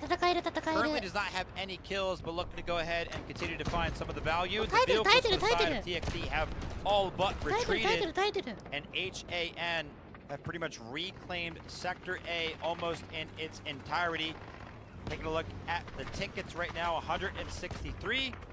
So TXD have not necessarily gone ahead and spent too many, which is good to see, because remember, we brought in the question, hey, if you're losing a guy like Medics, who's going to go ahead and kind of pick up the weight there? Who's going to go ahead and start to find those revives? It looks like they've gone ahead and figured out, because not losing that many tickets so far on a couple of these approaches means that your Medics are doing exactly what they need to do. Yeah, and honestly, as we take a look to the eyes in the sky, Belmods has yet to find a single kill. 0-0-0. Oftentimes when you see the Jet not able to get any piece of the action, it feels a little bit uncomfortable in the sky. Feels like it's taking too much damage, trying to play really safe. It's the right play. Unfortunately, it means that you're going to be at a huge disadvantage on this early push. If that Jet was a bit more free, I think this A sector is already captured. Let's see how long this AAV can kind of stay alive. I saw a couple of missiles coming over the top, and yes, they are trying to go ahead and make things happen right now. 50% HP for the AAV right there, whilst all of the troops on the ground are getting cut down on both sides. Welcome to the party. AAV still doing a good job of staying alive. And here comes the defense, just winning their gunfights onto the point. By the way, Commander Wanza has marked A for the hold, and he will get that to be a success. Should see it tick over. There it is. That's some extra score added to the likes of HAN, Wanza, and the team. That'll be nice for later rounds. Going to be seeing these shotguns find value throughout, as they constantly have throughout our competition. Trying to get into the mix of things. Pretty much all but equalized in terms of the vehicles right now. Again, more of these explosives are going to be landing on the AAV from the side of TXD. Down to 30% HP. Cannot find that last rocket. That's kind of been the difference maker for HAN. Just that one last rocket. As I see one more land, and take a look at the HP of the AAV on the backside of things. It was down to about 15% HP. The difference was just one rocket between it being destroyed. But now HAN are starting to feel the pressure. They're trying to go ahead and help the defenses, and Johan's going to get credit for that. The AAV does go down, and that's going to be the back foot of the urgent redeployment. Take a look at the tickets start to dwindle very, very quickly. I went ahead and tipped my hat. I said, hey, TXD, you guys are doing very, very well in the category of revives. You're not losing too many tickets. But it appears over the last 60 seconds, that has not been the case. 30 have all but disappeared. What a wild move. What a nice play. And yet again, by the way, building that artillery, that AA gun off in the distance has been extremely influential. I love that play from this team. HAN, by the way, has done that on both attack and defense now. Same spot, same place, same AA gun. You can build those with the commander squad. Great play to just give you some extra firepower. Look at it. It's way off in the distance, way on the island, taking shots on the back line at OSSN, taking a look at this assault vehicle. Yeah, I mean, what's going to be the approach here for the side of the attack? I mean, maybe the jet can kind of make something happen. You got to imagine the AA gun is so far away from the side of the lav that maybe it can kind of make something happen. And take a look at this. Wanza's actually going to be finding the assault vehicle all the way on the backside of the beach. The tickets have now entered a very dangerous territory for the side of the attack. Diminishing returns is what I like to call it. If you don't have 180 tickets going in some of these following sectors, then you have effectively lost that initial push, and that's started to become a reality for the side of TXT. HAN are trying to make something happen, so is TXT at the same exact time. The tank destroyer is trying to get high speed, but so is Taeseong, blowing up the tank destroyer. Golly, maybe a bit of an overinvestment, maybe a strong play, I don't know. But unfortunately, it gets punished for whichever you believe it to be. Here comes Wanza with the boat. Yet again causing havoc in the backline. This time, it's looking like will likely be still unpunished. Got punished last time, but there's nobody to answer the call, and Wanza just has a free backline to shell. He's gonna get all these players so weak. Gonna pick up a bunch of assists here if they can get any defender boots on the ground up at the high ground to shoot over the top, and that's exactly what happened. 1, 2, 3, 4, 5, 6 people go down in the blink of an eye. Watch that green kill feed go flying by. And now the attackers, their numbers have dwindled so much that A is going to be in complete control of defense. And Wanza's now marked it for complete control. Belmod says this AA gun is a problem, but still isn't seeing the value that you want to see from this jet. TXT still have air superiority. You've got to kill this AA gun. You've got to kill this player out here. Looks like it did a pretty good amount of damage there, and they're actually sending some of our troops out here. It's going to be Nail 2-3, who's going to go ahead and try to take care of Johan. Off at a distance, though. Back on the point itself, HAN again have pretty much been successful in defending this to the point where TXT have now entered a territory where they have to basically invest tickets that they would love to go ahead and use in some of their following attacks. Wanza still out here in the boat trying to make things happen. Started to feel the pressure right there, jumps out of the boat, jumps in the Allure rocket, is going to be going for the boat. Can the boat hide? Can the Allure rocket get destroyed before it makes contact? Before we go ahead and see that one come to fruition, we do kind of jump away, but yeah, I mean, the boat v boat battle, always kind of cool to check out here, and Wanza very, very low, pretty much lost out on that trade. One more rocket landing will surely go ahead and do it. Oak's going to try to find it on the retreat of Wanza, but he's just a little bit too fast. Man, I feel for the substitute Belmods, who, from what I understand, and somebody can correct me if I'm wrong, is not their primary pilot. Only found 2 kills while the team has lost 85 lives. That's just not good enough, not at this scale, not in an elimination match and you desperately need to win, but it is enough for them to capture Sector A. There's enough firepower and investment of the AAV that they will get the first sector. They will lose the AAV though, and that is a worthwhile trade for HAN. They're not trying to win on Sector A. Frankly, they could win on Sector B.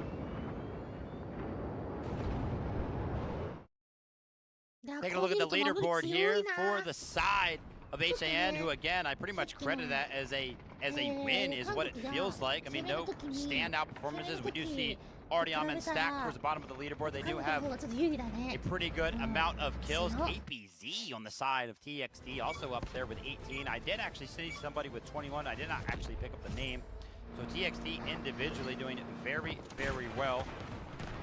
But again, they're down to 160 tickets. They effectively lost 20. They could potentially reclaim said tickets if they have a very, very successful attack here, one that goes quick enough. But Sector B has actually found itself to be a problem for a lot of our teams on the map of Cyclone, especially because of positions like this from the tank. Sarah Jin in a tank is also very, very scary. And take a look at the absolute influx of vehicles for the side of the defense. Yeah, it's a bit of a misnomer what the attackers have. They have 2 AA guns that they built, right? So, I mean, those are fine, and they're very valuable.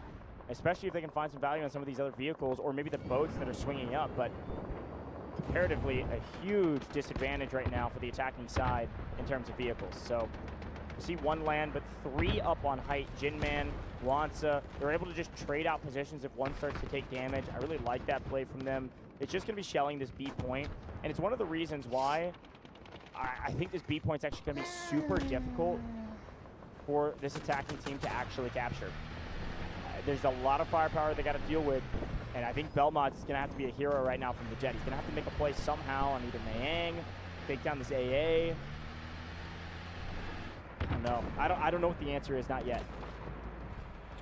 Yeah, I mean, it's going to be super tough for TXT to go ahead and bounce back. I mean, even us kind of mentioning 160 tickets as their initial approach towards the sector of B, kind of blank, and I myself missed it, already down to 150. Still looking to find somewhat of some sort of value out of the Jet. That being said, take a look at this strike squad from the side of TXT. They almost were able to go ahead and find Wanza, but as soon as he was able to go ahead and pick up on the idea that TXT were trying to go ahead and pull that one off, he retreats to safety, so he's going to be fine. The tank's going to be fine, and so are HAN, especially in the category of vehicles. Again, Belmont's still not finding much value yet. Here he comes, getting in close. Here's Wansa as well. On the opposite side, getting a couple splatters with the tank, making sure no strike forces were able to do anything to him. The attackers have done a pretty good job of rotating up to this ruined area. Once they can play from these ruins, potentially they could move their way to the actual sector. Here's the problem. Those ruins can just get obliterated by all of the vehicles that HAN still have. We're in a bit of a stalemate right now, and a stalemate is a win for the defensive side. And we've seen some of these attack approaches towards some of these ruins before, but it's usually on the back foot of multiple vehicles. And taking a look at, TXT's economy in that regard, they actually only have one singular land vehicle. And now that the side of HAN have access to, what is it now, like 4 vehicles, I think, right? A couple of tanks, a lob that's off in the distance, the boat, obviously. Any vehicles that start to fall from the sky for the side of TXT will surely just be kind of shot out. So this is going to be an extremely difficult one to kind of bounce back from. Yeah, it's difficult, but plenty of time. Like, this is, again, going to feel like a stalemate in the grudge match, because that's exactly what it is. The defense feel at least some pressure being put over to the point. And so while this artillery barrage is landing on top of the ruins, they're also going to put up an urgent redeployment to be able to play for the low side. I like to assume that we're going to see people like Chang Ji-won, there he is, in the middle, playing hero, playing solo, maybe taking a look at Zombra, looking to take down this tank destroyer in transition. The rest of the team should be flooding in from the bottom if they feel like this point is actually in jeopardy. But frankly, it's not really, especially when you've got Stacks playing backup with the boat, taking some shots down below, and wiping more and more firepower out from underneath TXT. Yeah, I mean, losing that tank destroyer, that one definitely does not feel good for the side of TXT. They finally got some reinforcements in the vehicle category with that AAV kind of spawning all the way in the back, but the fact that that's been equalized now by the tank destroyer being destroyed right before that, and as I say that, Oak is actually under heavy fire off in the distance with that AAV. Wanza might actually go ahead and peek over and crest this hill and potentially look to mow down all the members of TXT that are trying to get active. Wanza has been activated. The tank has been activated. This is usually very, very risky because you are so far forward. But he doesn't care right now. TXT, he wants them to feel the pressure. He wants them to feel the pain point. There's the low ground egress. It looks like Blake's trying to play hero down here by himself. There's a 3-piece and probably 4, a full squad trying to play low, and they're able to trade out Blake. So all the attackers now moving to the low side. What is the answer to the low side? We all know that answer. Where is Mr. Boat? Boat could get active. Oh no, Boat can't get active because Belmaz is actually putting some damage down on Stacks. Stacks is deep into the tunnel, so it's going to be reliant on these infantry members to go low, win the gunfights, while over top we've got our tanks shelling down below where they can. Not quite as effective, but still pretty powerful, taking a decent bit of damage, a couple AT4s or otherwise, from the backside of this point. TXT will not go down without a fight, and we still have so much time for this B sector. This is going to be a long, drawn-out one here, Vivid. Oh my gosh, Wanda's getting active again. How does he continuously find just giant groups no of way, members bro. of TXT? XA's trying to make something happen. He's a medic laying on top of the tank. Wanza is actually found again, getting very, very aggressive in the tank, and he's going to be punished that time by the side of Skynet. The AAV now has the opportunity to go ahead and jump onto the point. If it also wants to get aggressive, but he just saw firsthand what happens when you do go ahead and put these vehicles out in the open. Artillery barrage called in to help relieve some of the pressure that the attackers are putting on. That felt like a bit of a misstep from Wanza. That was extremely aggressive with a full tank for what reason, I don't know. Here's the boat fully healed back up, though, going to be playing the low side of the B sector to make sure these players can't get in onto the point. One way to get to the point, though. Assault vehicle, drop the vehicle respawn beacon, and battle your way through cover that can't get fully blown to pieces. Could be able to pick up a lot of revives here as well. That's a lot of bodies potentially inside this sector. Start the capture. Well done getting to cover, and well done surviving the onslaught of the artillery barrage and a lot of infantry. They've got more numbers right now, and they're starting to capture it very quickly. So what do? The boat's going to get active. Uses stacks on the backside. Picks up a vehicle kill. That is an AAV down. And now the backside of this fight is now wide open. These attackers had a safe haven for just a moment, and they're all falling at the hands of this boat, and now the infantry cleaning up the mess. Yeah, I mean, losing out on this push right here is going to feel like one of the several nails that are required to put the coffin in the TXT right there, right? They do end up losing the assault vehicle. They lose the push. And I can't lie, I mean, HAN, they did call in an artillery barrage, but it's not like they had to invest anything too surmountable. Like, it's not like they overextended one of their vehicles or kind of called in the urgent redeployment. No, that was just all natural skill and using a little bit of a rotation from the side of Stacks in the boat, who is also currently under fire from the jet, trying to go ahead and retreat and keep this thing alive. Again, a lot of these times, these boat operators, they're actually doing it solo. So when he retreats, because he is the sole engineer, he has to go ahead and wait for that one to get repaired, which is why he has to retreat so far. A lot of the times, you may also see that a couple of engineers are actually on the boat itself. That's when they get a little bit more aggressive, but Stacks playing it perfectly. And now TXT is looking to make something happen on the back foot of the boat, running away. Zambra in the tank now, wants to get active before this boat is able to rejoin the fray. A solid push and a solid play here from this TXT roster to try to get something going in the attack. Biggest problem right now is that Belmont's is still only on 4 kills in the jet. He's been on 4 kills for the last nearly 8 minutes probably of the attack, pretty much the entirety of this sector. Zambra trying to get active. It looked decent for a moment, but we know HAN's going to answer back immediately. They take some damage. Allura rockets over the top. Look at Wanza on the backside, playing so aggressive as the commander, getting eyes on the battlefield, knowing exactly what he needs to do to secure the victory, which is continually punish every aggressive move from the attackers. Make them think they don't have options, and I'm sure that's what's going through TXT's mind right now. That's also maybe we noted a big win there for TXT when they took up the tank of Wanza when he kind of overextended and kind of hold that thought, as we do see one of the strike squads off in the distance over here trying to pressure this AAV. Coming in from the other side as well. I'm looking at Blake all the way on the top up there, and that's exactly who's going to find the final blow towards that AAV. HAN are just in full control.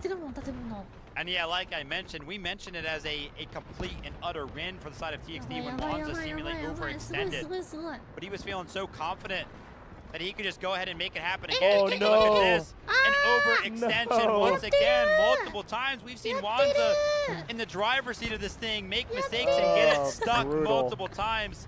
They're going to be losing out on the tank, and TXT makes something happen. Oh, that's a brutal loss. Just sunk the tank.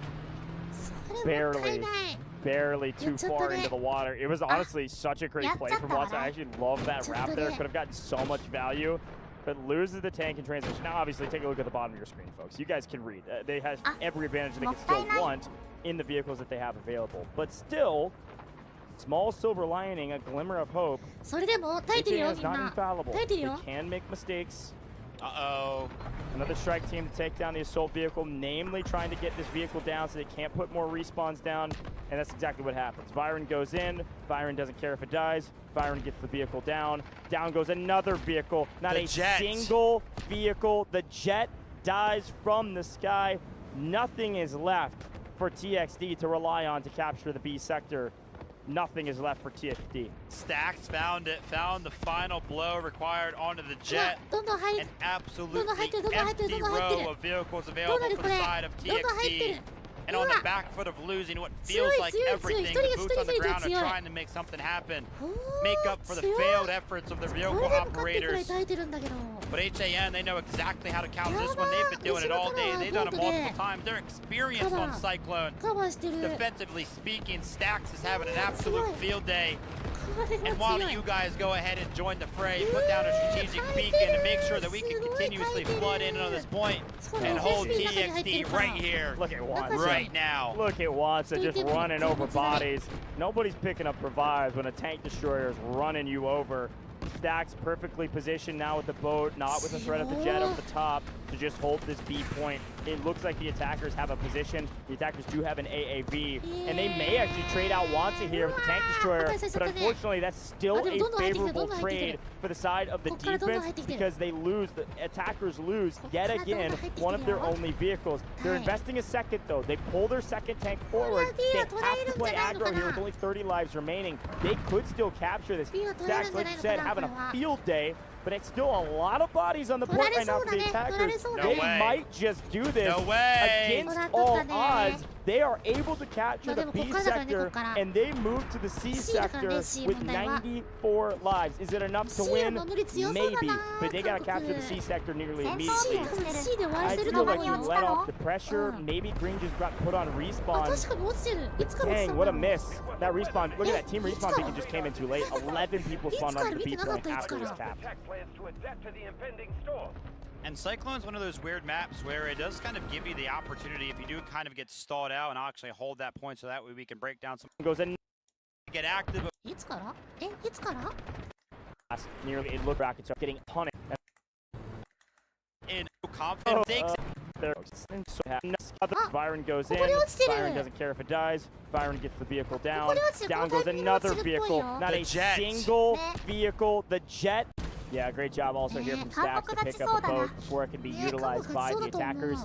Nice read of the map and the way it plays. These are some of those micro reads that you don't oftentimes see in pubs of knowing when boats and things can respawn and then being willing to go way out of your way to make sure the other team can't utilize them. No boat moving into the D sector for the attackers is going to be a rude awakening if they're even able to get through the C sector with a lack of firepower that they have. Yeah, I was going to mention that Cyclone's only forgiving aspect I feel like is C sector because this one happens so fast sometimes that when you are like down all of the tickets like TXT are right now, C kind of gives you the opportunity to bounce back. If you capture this one quickly without too much of an investment in terms of those tickets, then yeah, they're right back pretty much rejuvenated for the rest of the map. But you have to make that happen. HAN, they're going to want to try to go ahead and stop this. Yeah, I mean it's exactly what I was talking about. It practice the opposite of. Right? Yeah. This map gives you so much room for comebacks. Don't get Poco going bonkers in the kill feed with revives, by the way. All of those players just got picked back up onto the map. All of these players are still alive down here. Almost nearly all of them died just a second ago. Oak gets really active on the low side and gets punished. Jinman with the tank, Wanza with the tank destroyer. All that effort from the medics to keep people up. Maybe all for naught. No Syndrax is able to trade a vehicle out, but look at all the green on the map. Everybody from red dying, and we go from 89 tickets down to 70, folks. You can do a little bit of math. That is one player. Nope, there it is. All 20 players just respawn for the attackers. Not one red player is on the correct side of the map. What a great pincer maneuver there from the side of HAN. On both sides of the tunnel, they had two vehicles equally spread out, and they literally took out like 20 members. Take a look at Stacks getting active on the boat. I mean, this guy is putting up quite a performance, and this is all solo, man. No engineers to kind of help him repair this thing. He is just kind of in and out of the battle constantly and still picking up so many kills. Obviously, they're going to go ahead and recuperate in terms of that vehicle that they did lose because of that play that they made, but they will easily trade 20 tickets for like, what, 1 minute without a fourth vehicle on the ground? Wanza's picking up 3-4 pieces in the tank destroyer rather. I mean, look at this. Just shelling over the top. I mean, stat padding. cheese, bro. Barn just keeps re-knocking the same people, by the way. There it goes. Down goes the medic finally. That was like 8 kills on the same 2 people. That's hilarious. Yeah, good luck getting to the point at this point. Look at that. Oak's got a boat deep in spawn. Dax is ready for him. Maybe being called back to the action, though. Another flank, another pinch. Sarah Jin, see you later. Oh Jin my Man gosh. says, somebody say you needed a lob down here. Just sends it off the high ground. HAN having fun with it right now. Good grief. What do you do when you're somebody like KKN up at the top of the hill and you take a look back down and there's like 3 vehicles? There's nothing you can do, right? You're just watching your entire team fall apart. And the vehicles are just doing such a good job. I mean, yeah, in a dangerous position right now because the Virant satchels could potentially find a lot of value when you do get that close. But you've always got the reinforcements of your team. You always got the subsequent vehicle. Stacks is going to be called off guard, though. The boat is trying to make something happen. He's trying to go ahead and retreat. Like I mentioned, Stacks is all alone. He doesn't have an engineer to go ahead and help him with this one. But he does have RU1B to join the fray to hopefully go ahead and make the trade happen. Behind. Pomozi card. I don't think they're running stingers.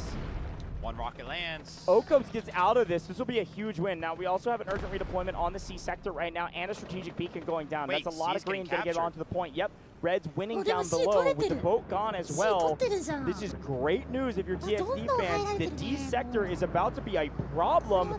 TXD have done it. They're moving into the D sector with 101 lives. Much better than we expected.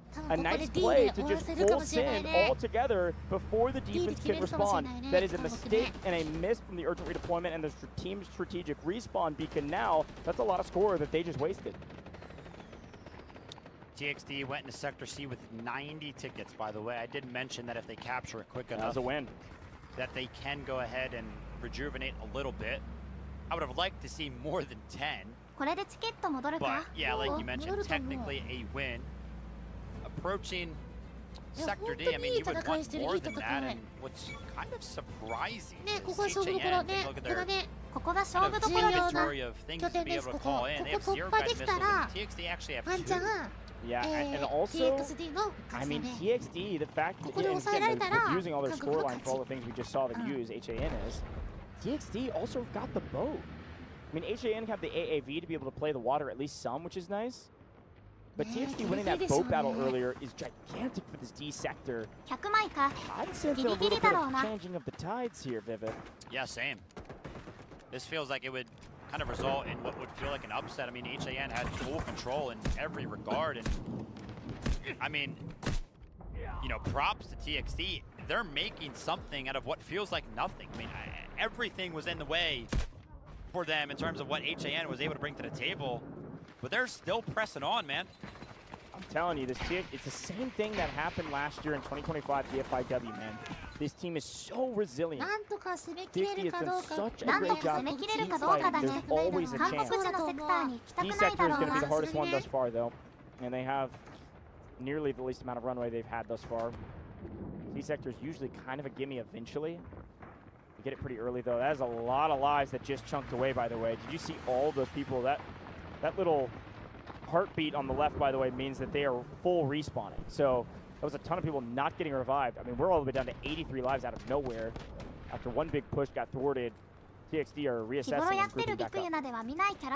That being said, the reassessment in terms of the vehicles have actually swung pretty heavily in favor of TXD. Look at them, they're trying to drop missile silo here and get onto D2. They're going to look at D2 rather than D1 to start. Fairly standard, I guess. This is what makes it weird, right? I mean, from both sides, there are like tanks available and knobs available, but super hard to find value on points like D1 and D2 just because the main access point is actually the water. So you look towards these AAVs, you look towards the boats to try to be the ones to go ahead and make the difference. But D2 right now being contested by the side of TXD. They're going to start to feel the pressure from Sarah Jin in the boat, though, who's actually taking a lot of damage as it currently stands. And that's because he's going to be up against the prowess of two boats on the other side. Oh, But RU1B is going to be returning fire. Nail 2G currently under heavy fire as well. Sarajin gets traded out. The boat goes down. That's going to be a 1-for-1 trade. Now on the backside of things, Wanza is trying to get active on the tank destroyer. Call this thing a boat destroyer if it is able to find the damage needed. Got it. Nail 2G with a big assist. I was on the other side. I think that boat did land though. Crazy moment between both of these two teams. Both teams lost their boats now. What a spot from Odo. 3 vehicles apiece. Attacker with full control over D2 now. That is a lot. That's pretty much the entire team. And oh, nice play from Hodu. Nice. At a nice spot and almost was enough damage to take down the AAV. That could be running. Oh, nail 2G. Sneaky, sneaky. Right underneath. Hello. Do you have a magnetic bomb for me? Oh, almost grabs the steal. Oh my goodness. That right there was sneaky. A little bit of a back and forth. There's levels of this, and by the way, that effort from Hodu was actually followed up by Blake, so that AAV did eventually go down. And now the strength squad comes in. Miang, every single time he hops out of this vehicle, he starts to feel the pressure in different regards. They're trying to land the rockets. One more is going to be the difference, but he finds some cover and the opportunity to go ahead and hit the repairs off. Nice. Man, I'm blown away with what TXD has been able to do. This is such a great, resilient team. Still in this, still fighting, still finding moments to put themselves ahead. Really just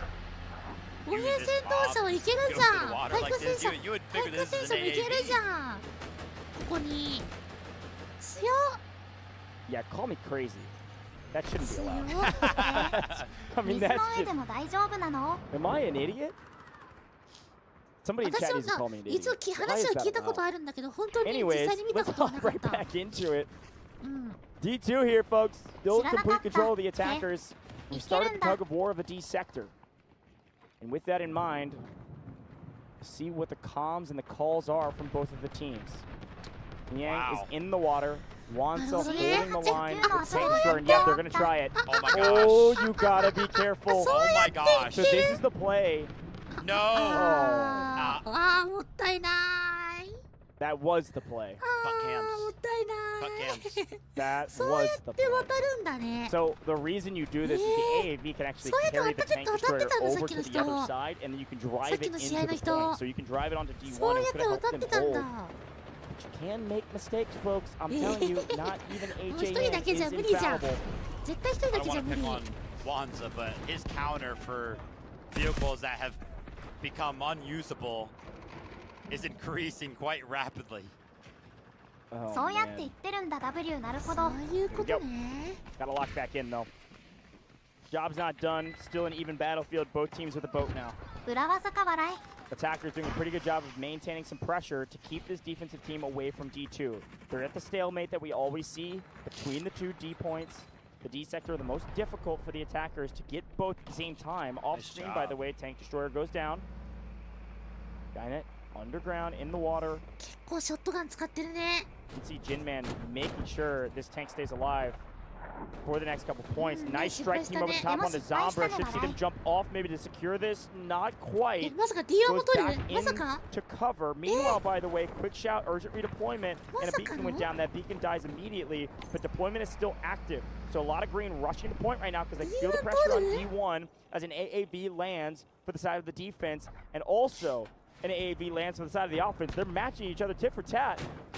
But now the attackers have a small advantage in vehicles, and they have an advantage on the points right now. This beacon and this deployment has helped out the defense to get back over to D1, but we've got a big fight happening right now. This D sector could fall, and we go all the way. Somehow TXT have a chance here to push us to the E sector. Wands is trying to make something happen right now. Just a little bit more for the side of TXT to go ahead and secure the D sector. No way. And they do just that after a big investment from the side of HAN. Surely they were feeling confident. I mean, they had the strategic beacon, they had an urgent deployment, but it came in just a little bit too late. take a look for the side of TXT over here. Syndrax, no surprise, kind of see him up there. KPZ, NTPP, also 50+ kills. Artyom is trying to make things happen over there with 61. Also DG, Alpha, and Genman. Oh my god, look at the revives here. Plus. GeForce at 120 for TXT, and we're just now getting to this sector. Uh-oh, Skynet is pressing the advantage right now. Wanza going to be getting destroyed on the retreat, trying to make his way over to Sector E. Skynet, how much value has been found out of this singular boat over the past couple of presses for the side of TXT?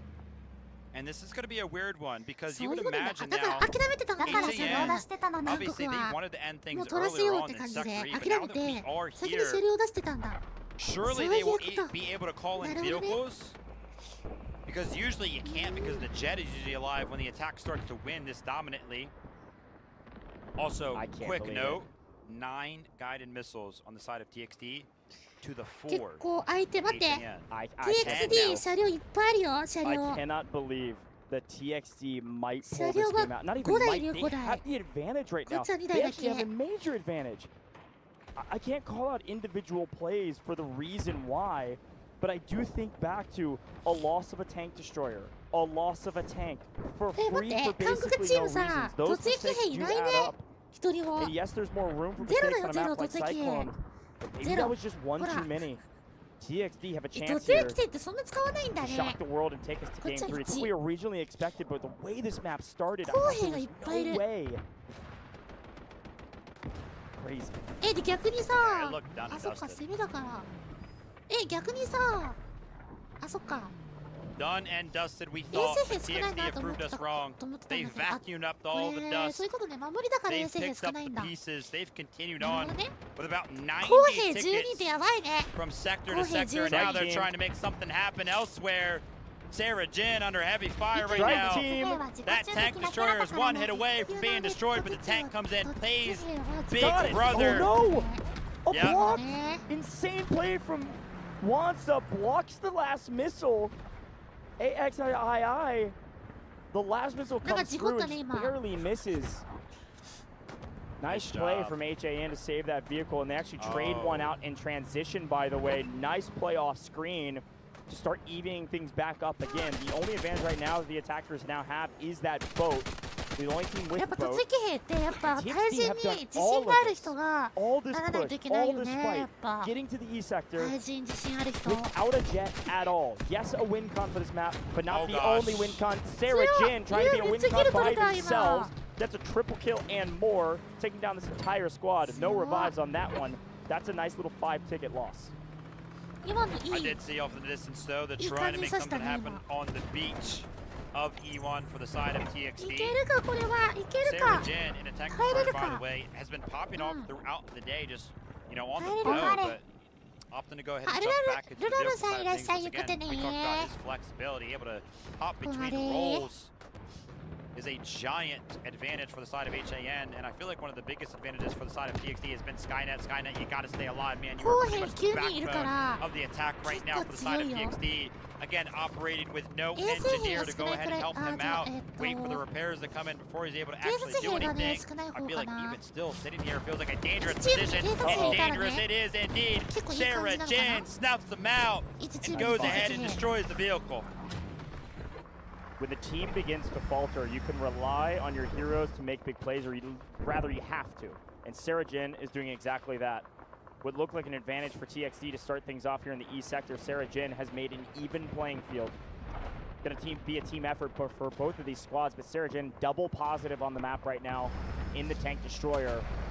Oh, gonna try to punish some of the overextends from the defensive squad from up on high. Classic position for the side of the attackers. Sarah Jin did not care and did not ask. Wants everybody they can get their hands on. Nearly 50 kills now. Doing so good at pretty much just being a giant pain point for all of the entrances, all of the access points here towards this E1, and it's helping out the boots on the ground immensely. Again, bottom of your screen on that overlay, TXT has 11 guided missiles to play with. HAN has 6. This is almost an identical spot, vice versa, from the way the last map went. A ton of missiles waiting to be used. They cannot use them. They will not use them until after they capture E1. Once they get their foothold on E1, it is off to the races, and it'll be missile on missile on missile over towards E2 to set up their foothold on E1 and prepare for the push. We just saw this, folks. You know how it goes. Speaking of knowing how it goes, we know that Mayang can hit their shots. Mayang from way far away with an AAV, taking one down. That was beautiful. We don't often get to see a vehicle in the position that Mayang is in. Yeah, finds another one as well. I mean, that tank is in a very unique position to us, at least, because so many times those type of positions are denied by the jet again. I mean, again, this is one of those really awkward moments on Cyclone where TXT are making it work without a jet, so they're having to deal with a bunch of weird things. Now Sarah Jin is just making things happen over and over and over again. Heard Goj mention 50 kills. Nah, Goj, I want more than that. I want to start approaching 60 as Jetman on the opposite side of things also finds one of the attacks that were up on the hill for the side of TXT. It is all falling apart. What a play from Sarah Jin again. Tank Destroyer so valuable. Another one, this time traded back the other way though. Sarah down. Finally, Sarah Jin falls. Well placed, what is that? Couple of Luru rockets plus O-Cubs able to clean them up. That's a big one. That's a nice takedown. Finally, Sarah Jin down means no tank destroyer for the side of HAN, and they're going to push up and make themselves ready to take E1 on the back of this Lav. That Lav alligator, by the way, I am a moron. Totally spaced. You can use the Lav alligator to swim a little bit. Not near as valuable as the AAV, but it can go in the water. Got to chat for the reminder. We'll see Zombra swing up around the backside here on Wansa. Wansa getting really active because he knows exactly what the attackers are trying to do. Because it's the same strategy that HAN did just a moment ago. Wansa feels the pressure right now from the side of the Lav. Zombra's trying to go ahead and press the attack, trying to make something happen for TXT. Starting to feel the pressure point. Look at this. OSSN is actually going to be able to find the final blow onto the tank right there of Wansa. Gotta get it going to be blown up. Now, right now, the AAV is also under giant pressure, so the trade is effectively going to be 1-for-1 in the vehicle gameplay side of things. But take a look at the E1 point. Under heavy pressure. So you know what? Blake says, here, catch this.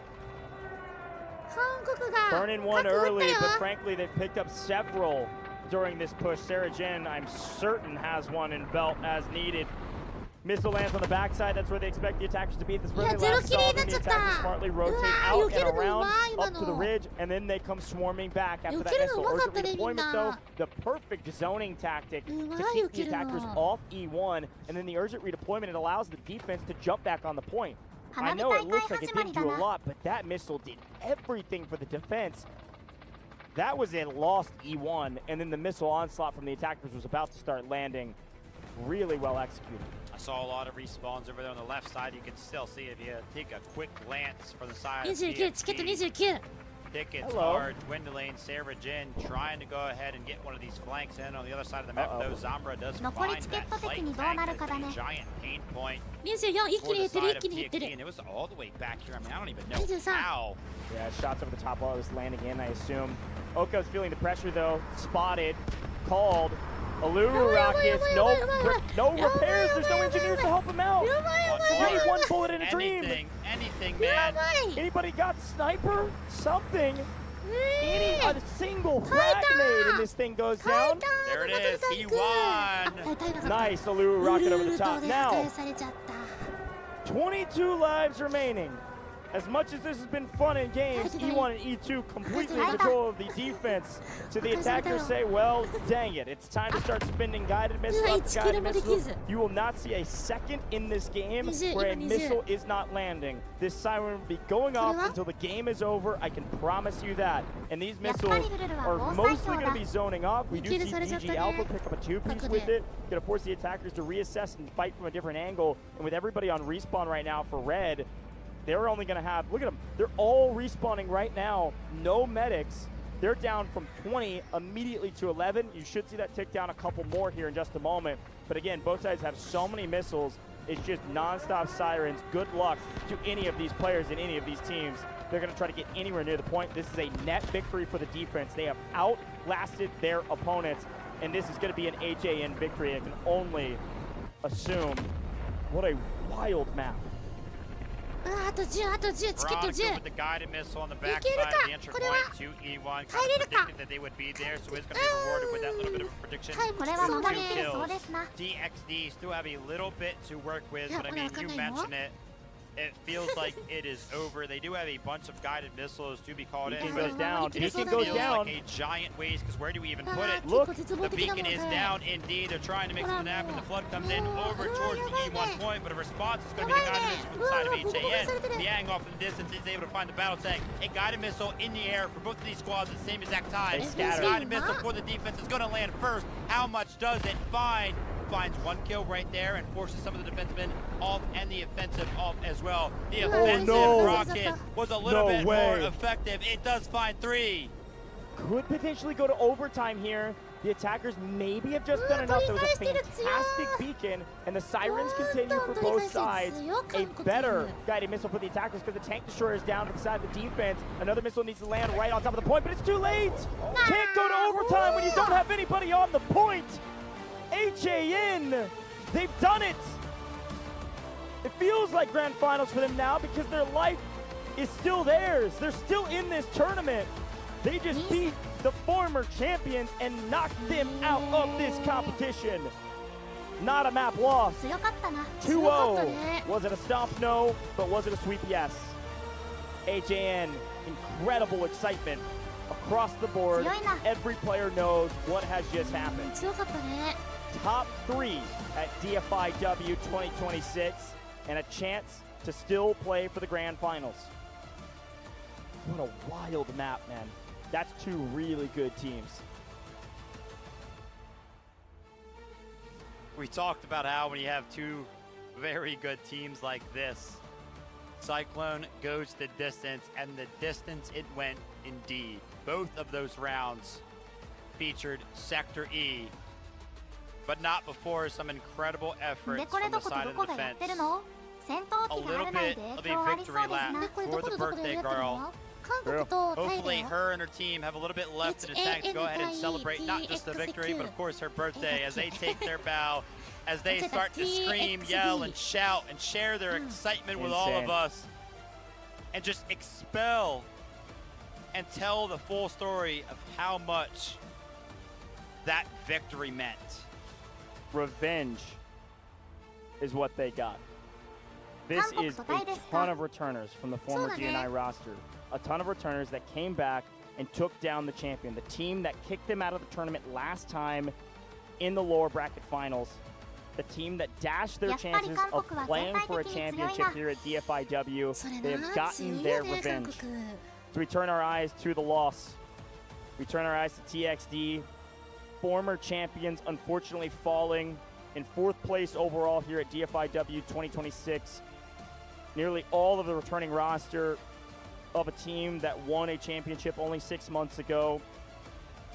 And again, they've had a tough road. They've had a tough bracket. And they've battled through some really good teams to get to this stage.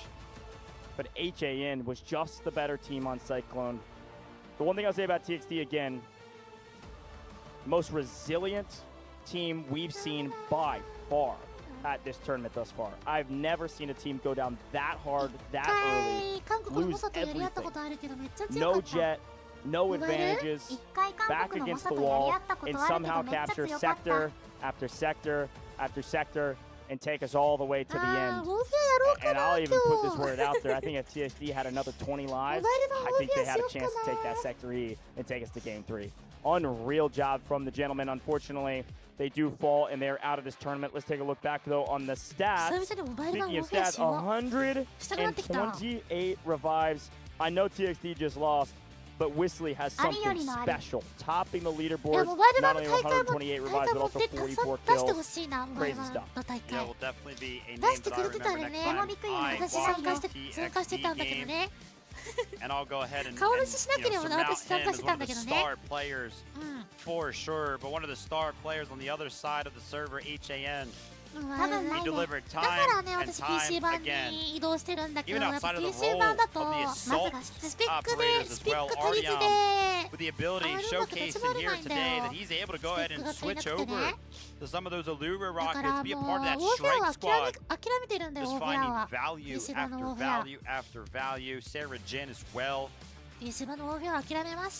I mean, hey, look, there's so many stats we could talk about. G-Force, by the way, that's the most revives we've seen thus far. 135, I think, is the top revive. So big shout out to G-Force. Big shout out to all of the medics, the support operators from the side of TXD. I mean, this is a ridiculous amount of lives they've saved. I saw somebody in chat talking, and we see this every single time we do comp.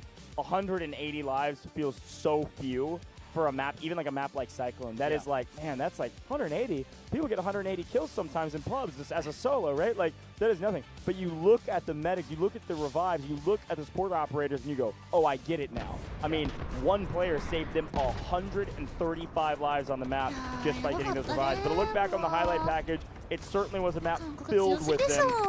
Good grief, but it started here on A. A was not too much to talk about. Once we got to B, though, you and I looked at each other and was like, uh-oh, I think HA winning here. I mean, they held this team at the line at B. They had every advantage. Jet had nothing to show for it. Unfortunately, the sub, Belmods, only picked up, I think, 4 kills or maybe 6 total overall. And then finally, the wire guided from Stacks does land. That's a great shot in the highlight package. But once the jet falls and the rest of the vehicles fall, frankly, for TXD, especially right here, I thought there was no way TXD getting through the B sector. Yeah, I looked over right there. I mean, Sector A and Sector B, to me, actually, were the most important ones. You made the request for TXD, hey, listen, guys, if he had 24 lives available, I think he could have done it. Well, think about how many tickets they lost in Sector A and Sector B, right? After even Sector C was captured and Sector D, they only had like 90 to 100 tickets available. So many lost on those first couple of sectors. They tried to make stuff happen. And honestly, that's when it started to look good. Sector D, they played the boats so well. They played the canals so well. Now, granted, it was on the back foot of a couple of mistakes inside of HAN. But after this, HAN, Sarah Jin specifically, was no longer interested in making mistakes. They just wanted to show off. And again, Sarah Jin, that is a hero play. That's my MVP, regardless of the way the stats look like. Because you got to think, not only is that a ton of kills, but although that's a ton of kills, they can't get back up. That is so many tickets that go down. Folks, we blinked and we looked up, they're at 23 lives. I mean, we get this tank down. This is a cool strike force play. This is what you have to do to make sure that all the advantages are cut away from your opponents.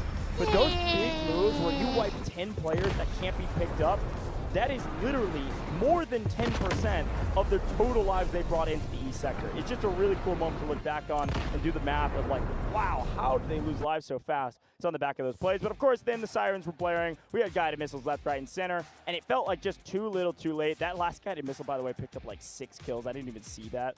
Kind of like post-mortem, if you will, of the map. But anyways, a lot of fun there. Some solid highlights. But that's an HAN win. Fairly dominant fashion for the most part. I was not expecting this to be a 2-0. Here's a look at the stats. Here's a look at the top squad. And it is Barbell, Jappy, and Taesung, DG Alpha, for good reason. Take a look at their top scoreline, literally all over besides Taesung, all over 40K score, which is kind of ridiculous. Yeah, shout out to these guys, because HAN is kind of filled with squads that usually find themselves up here at the best squad. So a standout performance that made all of the difference from these 4 individuals. Jappy, OEC kind of getting active on the flank lines, behind enemy lines, whatever it may be, trying to make something happen. DG Alpha as well, we saw that name a ton in the feed, followed up with 66 kills there. But your MVP. Yeah, that's right. Goj wanted it. MVP. Told you. Sarah Jin. I mean, still, obviously the hero play in itself was worthy of an MVP performance, but you take a look at the stat line and everything else that he was able to do. Kind of crazy. That's when it really comes down to limelight. This was definitely deserved an MVP. 61 kills, almost 45,000 score, assists across the board, and then engineering. Of course, we know how good he is with the vehicles. Yeah, again, you're picking up engineering score based on the damage you do to other vehicles, plus your repairs. There's a formula there. But regardless, great stat line across the board. Of course, rescue, no, because, well, in the tank destroyer, blowing people up. I think, by the way, we saw there were KDA as well, nearly triple positive, if not triple positive. That is ridiculous in a game that is 20v20. That is a hero. That is somebody doing more than they're asked to do. So a great job being the most valuable player on the map, Sarah Jin. Again, a couple times now, Sarah Jin has been the answer and the key to success for HAN. So keep unlocking Sarah Jin. You keep getting wins. HAN join the likes of our other two teams at the top of the bracket to be a top 3 team, a podium finish team, very well earned and expected from this roster. Yes, I did. My prediction was against them. Vivid is still perfect, technically, missing a couple maps here and there, but perfect on predictions. I will say everything has gone to script right now, which is kind of weird to say. The one exception, I think, is that TXD, they are the champions. Some people would put them probably in the top 3. I don't know. Based on what we've seen, the top 3 teams are the 3 teams that are still in this competition right now, and that's being proven over and over again. With 2-0 after 2-0 after 2-0. Can't believe we are left with only just 3 teams left in this competition. We got a big couple of days ahead of us, and so do the likes of HAN after an incredible performance right there. I mean, 2-0, I wasn't expecting that. I was expecting a 2-1, but hey, what a statement to be made there. Yeah, 100%.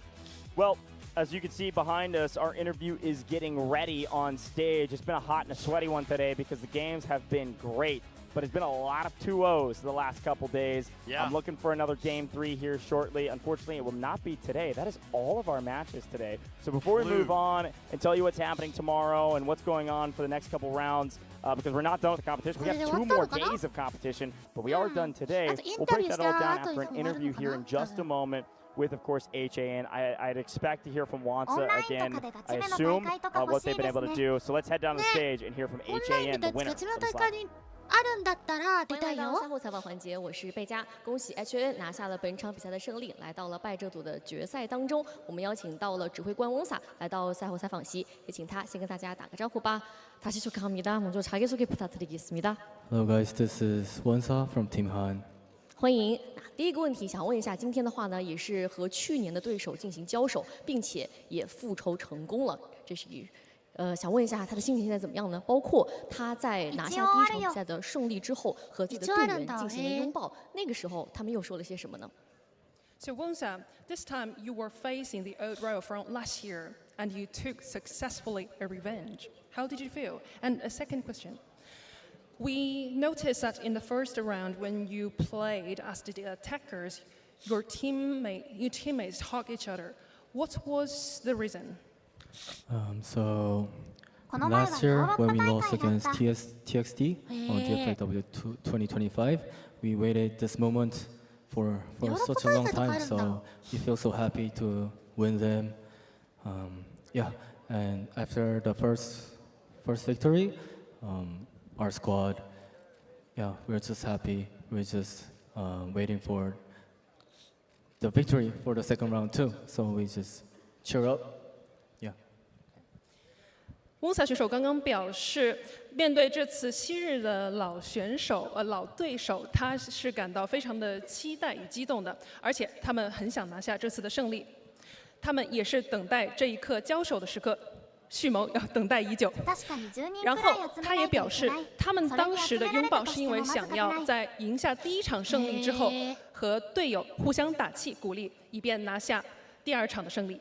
没错，最终也是成功的拿下了第2场的胜利。那今天解说老师没有提到啊，说天空属于 Ghost， 想问一下，作为队内的指挥官，他是怎样评价这一位空在选手的呢？ Somebody says that the sky belongs to Ghost. How do you comment on this? As a fact, Ghost is a goat. 他刚才用了一句英文上的押韵，叫做 "Ghost is gold"， 意思就是 Ghost 的选手是最牛的。确实如此啊。那同样呢，其实，在本次的邀请赛当中，也有非常多厉害的空在的选手。想问一下，他觉得 RRQ 包括龙腾的空在选手，哪个选手会对他来说威胁比较大呢？ So we know that there are many players who are really good at air vehicles. Who or which players in RRQ and ILT teams do you think is the biggest threat to you? We haven't screened with RRQ for a while, and we don't exactly know their strengths. So I'll say RRQ is more threatful for us. 翁萨表示，由于他们的队伍已经许久未与 RRQ 进行正面的交锋，所以无知带来了恐惧。他们觉得 RRQ 可能对于他们来说，未知的恐惧要更多。明白，确实训练赛的交手会偏少一些嘛。那最后问题，想问一下，对于 RRQ 和龙腾的这场比赛，他心中的一个预测比分会是怎么样的呢？翁萨 ，What's your prediction of the score between RRQ and LT? I'll say 2-1, RQ win. 他预测 RQ 将会胜出，而且比分是2-1。OK， 非常期待我们后续的比赛了，也再次恭喜 HN 拿到了败者组的这一场的精彩的门票。接下来，让我们把时间交还给评论席。 Another great interview with Wansa, HAN, well earned to be a top 3 team, and great words from Wansa yet again, also predicting RRQ to beat LT. That's kind of crazy. I also love the shout and the credit that he's given to Ghost to say he's the GOAT of the skies. I kind of agree right now. There's a couple other folks in that conversation with a team like LT or RRQ, but more to be seen from them a little bit later. Vivid, any thoughts here before we wrap up today's broadcast about HAN and what they were able to do? Just super, super incredible. I mean, listen, I thought this was going to be a little bit closer. I guess it was when we take a look at the specific rounds and how they actually went. But again, 2-0 is the stat line at the end of the day. I thought it was going to be 2-1. Somebody kind of decided it in the tiebreaker, but HAN, man, they are on an absolute roll right now. And the fact that kind of Wansa as well predicts that RRQ is going to win it 2-1 means that he kind of expects to be playing LT tomorrow in the losers finals. Yeah, which is kind of crazy to say. Also, he chatted that out as well. I like that the interviews brought it up. That revenge tour that we were talking about is really cool. But listen, folks, here are the today's results. Somehow, we've had 7 2-0s in a row. 4 yesterday, 3 today, all 2-0, no game 3. Yes, we had a 14-hour day 1, but everything else has been speedy to get us to the top 3 teams left in this tournament. A wild DFIW, and folks, yes, we had a great day today, but we have 2 more days coming up. Not too long from now, frankly. Really excited to see who becomes our champion of DFIW 2026. I'd love if we can take a look at that bracket and we take a look at the schedule for what is tomorrow. We had 4 games on day 1. Again, a long day. 4 games yesterday, all 2-0. 3 games today, 2-0. Here's a look at that bracket, though. We only have 2 games tomorrow. 2 best of 3s to figure out who our 2 teams will be in the grand finals. Vivid, walk me through what you expect, or at least what we can expect to see going into tomorrow. We're going to be taking a look tomorrow. Our initial match will finally be that upper bracket final. Take a look at the path to where LT have kind of gotten undefeated, even in rounds, right? 2-0, 2-0. RRQ have had a similar path, except they did lose one of those maps to TXD.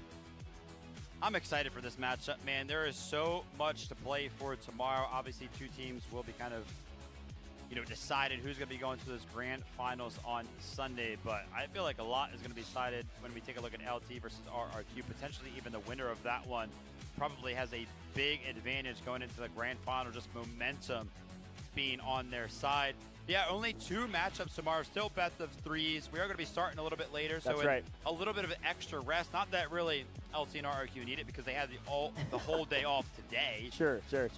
But eventually they're actually going to find out what map we're going to be playing as well. Yeah, I mean, that's what we're about to go over in just a second. We're going to do some picks and bans live and roll our map. Now, if we get Cyclone, I may not show up tomorrow. Not because I don't love the map, but because I need some variety in my life. Variety is the spice of life, and it's certainly the spice of DFIW as well. No more Cyclone, please. But who knows? Maybe we'll pull it again. It'll be over 50% of the map we've seen thus far. You didn't even get a game 3 for another map. It's crazy stuff out here. But yes, as you can see on your screen, we'll show it again at the end after our picks and bans as well, I believe. We are starting quite a bit later. It's about 3 hours later than what we've been starting with the last couple of days. So there it is actually right now on your screen. 16 GMT plus 8 is when the game will be started. We'll be alive a little bit earlier than that, but that is 3 hours, I believe, after we've been starting the last couple of days. So whatever time zone you're in, you can do your conversions. But about 3 hours later than usual is when we're going to be kicking things off, and only 2 best of 3s. And one more quick reminder, the grand finals will be all by itself on the final day in 2 days' time on Sunday. And that grand finals will be a best of 5. The first best of 5 we've seen on LAN, at least online. We have been running some best of 5s. But here in person, the first time we'll see it with DFIW, Best of five are very TBD fun, and it 対 forces a team to MAN だ win ね on 2 different maps in order to secure those 3 wins needed to win that best of 5. So some fun stuff there. But what we're preparing for now is the map that we do, or the match rather, that we do know is happening. This is upper bracket finals. This will take a team undefeated into the grand finals, earn that spot, and send the other one down to the lower bracket to face HAN. So we're going to do some picks and bans. We're going to do the random roll of the map we pull with LT and RRQ, who both did not compete today. So they had to travel over here. The commanders did travel over here for just this moment to figure out what map they're playing and then prepare for that map accordingly. I'm going to love to see what map both of these teams do ban and pick. Yeah, let's get into it. Going to swing down to the picks and bans and see which maps they decide to ban. Getting it ready down there. Just watch the commanders walk in for both the 2 teams who haven't been here. And they look a little sleepy. I think they were taking a rest day, man. They earned it. They better wake up. Not yet. They're not playing until tomorrow. Well, now is when starts the preparation stage. Oh, You're about to find out what map you're playing. You know what? Maybe they're sleeping most of the day today and resting because they earned it to prep tonight. They're VOD reviewing all night. They're prepping for whatever this map is about to be, folks. And again, if it's Cyclone, I'm going to hand my headset to Vivid and walk out of here. But hey, listen, you never know what it could be. We haven't seen 3 maps. You guys and Chad have been talking about it all day. We haven't seen Trainwreck. We haven't seen Threshold. What's our other map we haven't seen? We haven't seen Trainwreck. We haven't seen Threshold. Wait, what's the Fault, other map? the one that's been banned every 100% single ban time. rate. Every time. I think there's only been one head-to-head where it like wasn't banned. Yeah, maybe. Literally. I feel like somebody's been banning Fault every single matchup. Okay, here it is. According to our rulebook, LT has the right to 違う。そもそも TBD は TBD は国じゃ普通チーム名じゃない。TBD はLT と RRQ No Cyclone. RRQ is a man of the people. RRQ. What a band. By the way, I heard clapping from the crowd. Here we go. Ban from LT. Wait, is that like an eeny, meeny, miny, mo situation? Aftershock is banned. No. We could see Fault. We could see Fault. This is the first time that I think we have even had the chance to see Fault on this map. Now, am I wishing for it? I don't know. I'm just saying. Kind of crazy. Fault has been banned out by everybody. Didn't see it once in our online competitions either. Trainwreck, Fault, or Threshold is what we're looking for if you're a fan of variety. Here we go. A lot of mixing. I like it. Vested, making sure balls get, oh my goodness. Even the box getting lifted up there. All right, the ref is in, the pick. Come on. What's it gonna be, Goj? I need some Threshold, man. So our match map is Trainwreck. Trainwreck, okay. It's new, it's new. The crowd gets a little bit loud for some Trainwreck action. We'll flip the coin. Some nice variety. A map that's picked up. Aside. Double shake hands. We're all friends. You, the attacker has been first round and you will be defense. Okay, alright? Okay, write it down. Everybody write it down. LT going to be defending on Trainwreck. RRQ going to be attacking on Trainwreck to kick things off. The first time we're seeing Trainwreck here in this competition. Wow. What do you think, Evan? You know, I'm going to be watching tomorrow. Like, what is this, a new map? Yeah. Been so long. Been in the game for like 5 seasons. Yeah, exactly. No, I really love Trainwreck. Feels like one of those classics, of course. いやー、後半だからこそ好きなんだよね。車両出せるから好きなんだよね、打線って。FS3 が一番暴れるところ、暴れられるところ。The maps over and over and over again. That basically means that we have seen certain teams on certain maps over and over and over again as well. So this is going to be new and not a lot really for both these teams to prepare for if it's going to be a straight up new map. Yeah, and I think Trainwreck will be fun too because it is one of those maps that actually catches a lot of bans. Yeah. I think there's many reasons for that. It is a very vehicle-heavy map. It's one of the few where you're getting vehicles all ripped from both sides. So crazy stuff. It's going to be a lot of fun to break down tomorrow. But folks, that is all she wrote here in the booth. We've had a great day with day 3 of DFIW. We've got 2 more days, 2 matches tomorrow, about 3 hours later. One last quick reminder is that we couldn't do it without you, the viewer. Thanks for tuning in. We'll see you tomorrow. あさってが1試合だね。多分。終わりました。皆さんチューニングしてくれてありがとうございます。また明日お会いしましょう。イエーイ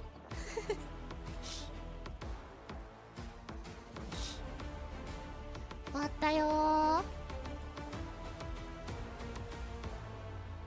じゃあ今日の世界大会の配信はここまでにします。じゃあ皆さんチャンネル登録と高評価、そしてXのフォローと TikTok のフォローよろしくお願いします。またのご来店お待ちしております。じゃあね、おつわり。で、この後にオフィアするけど誰か行く？明日も楽しみ。モバイル版お疲れ様でした。すぐに配信立て直すからよかったら来てね。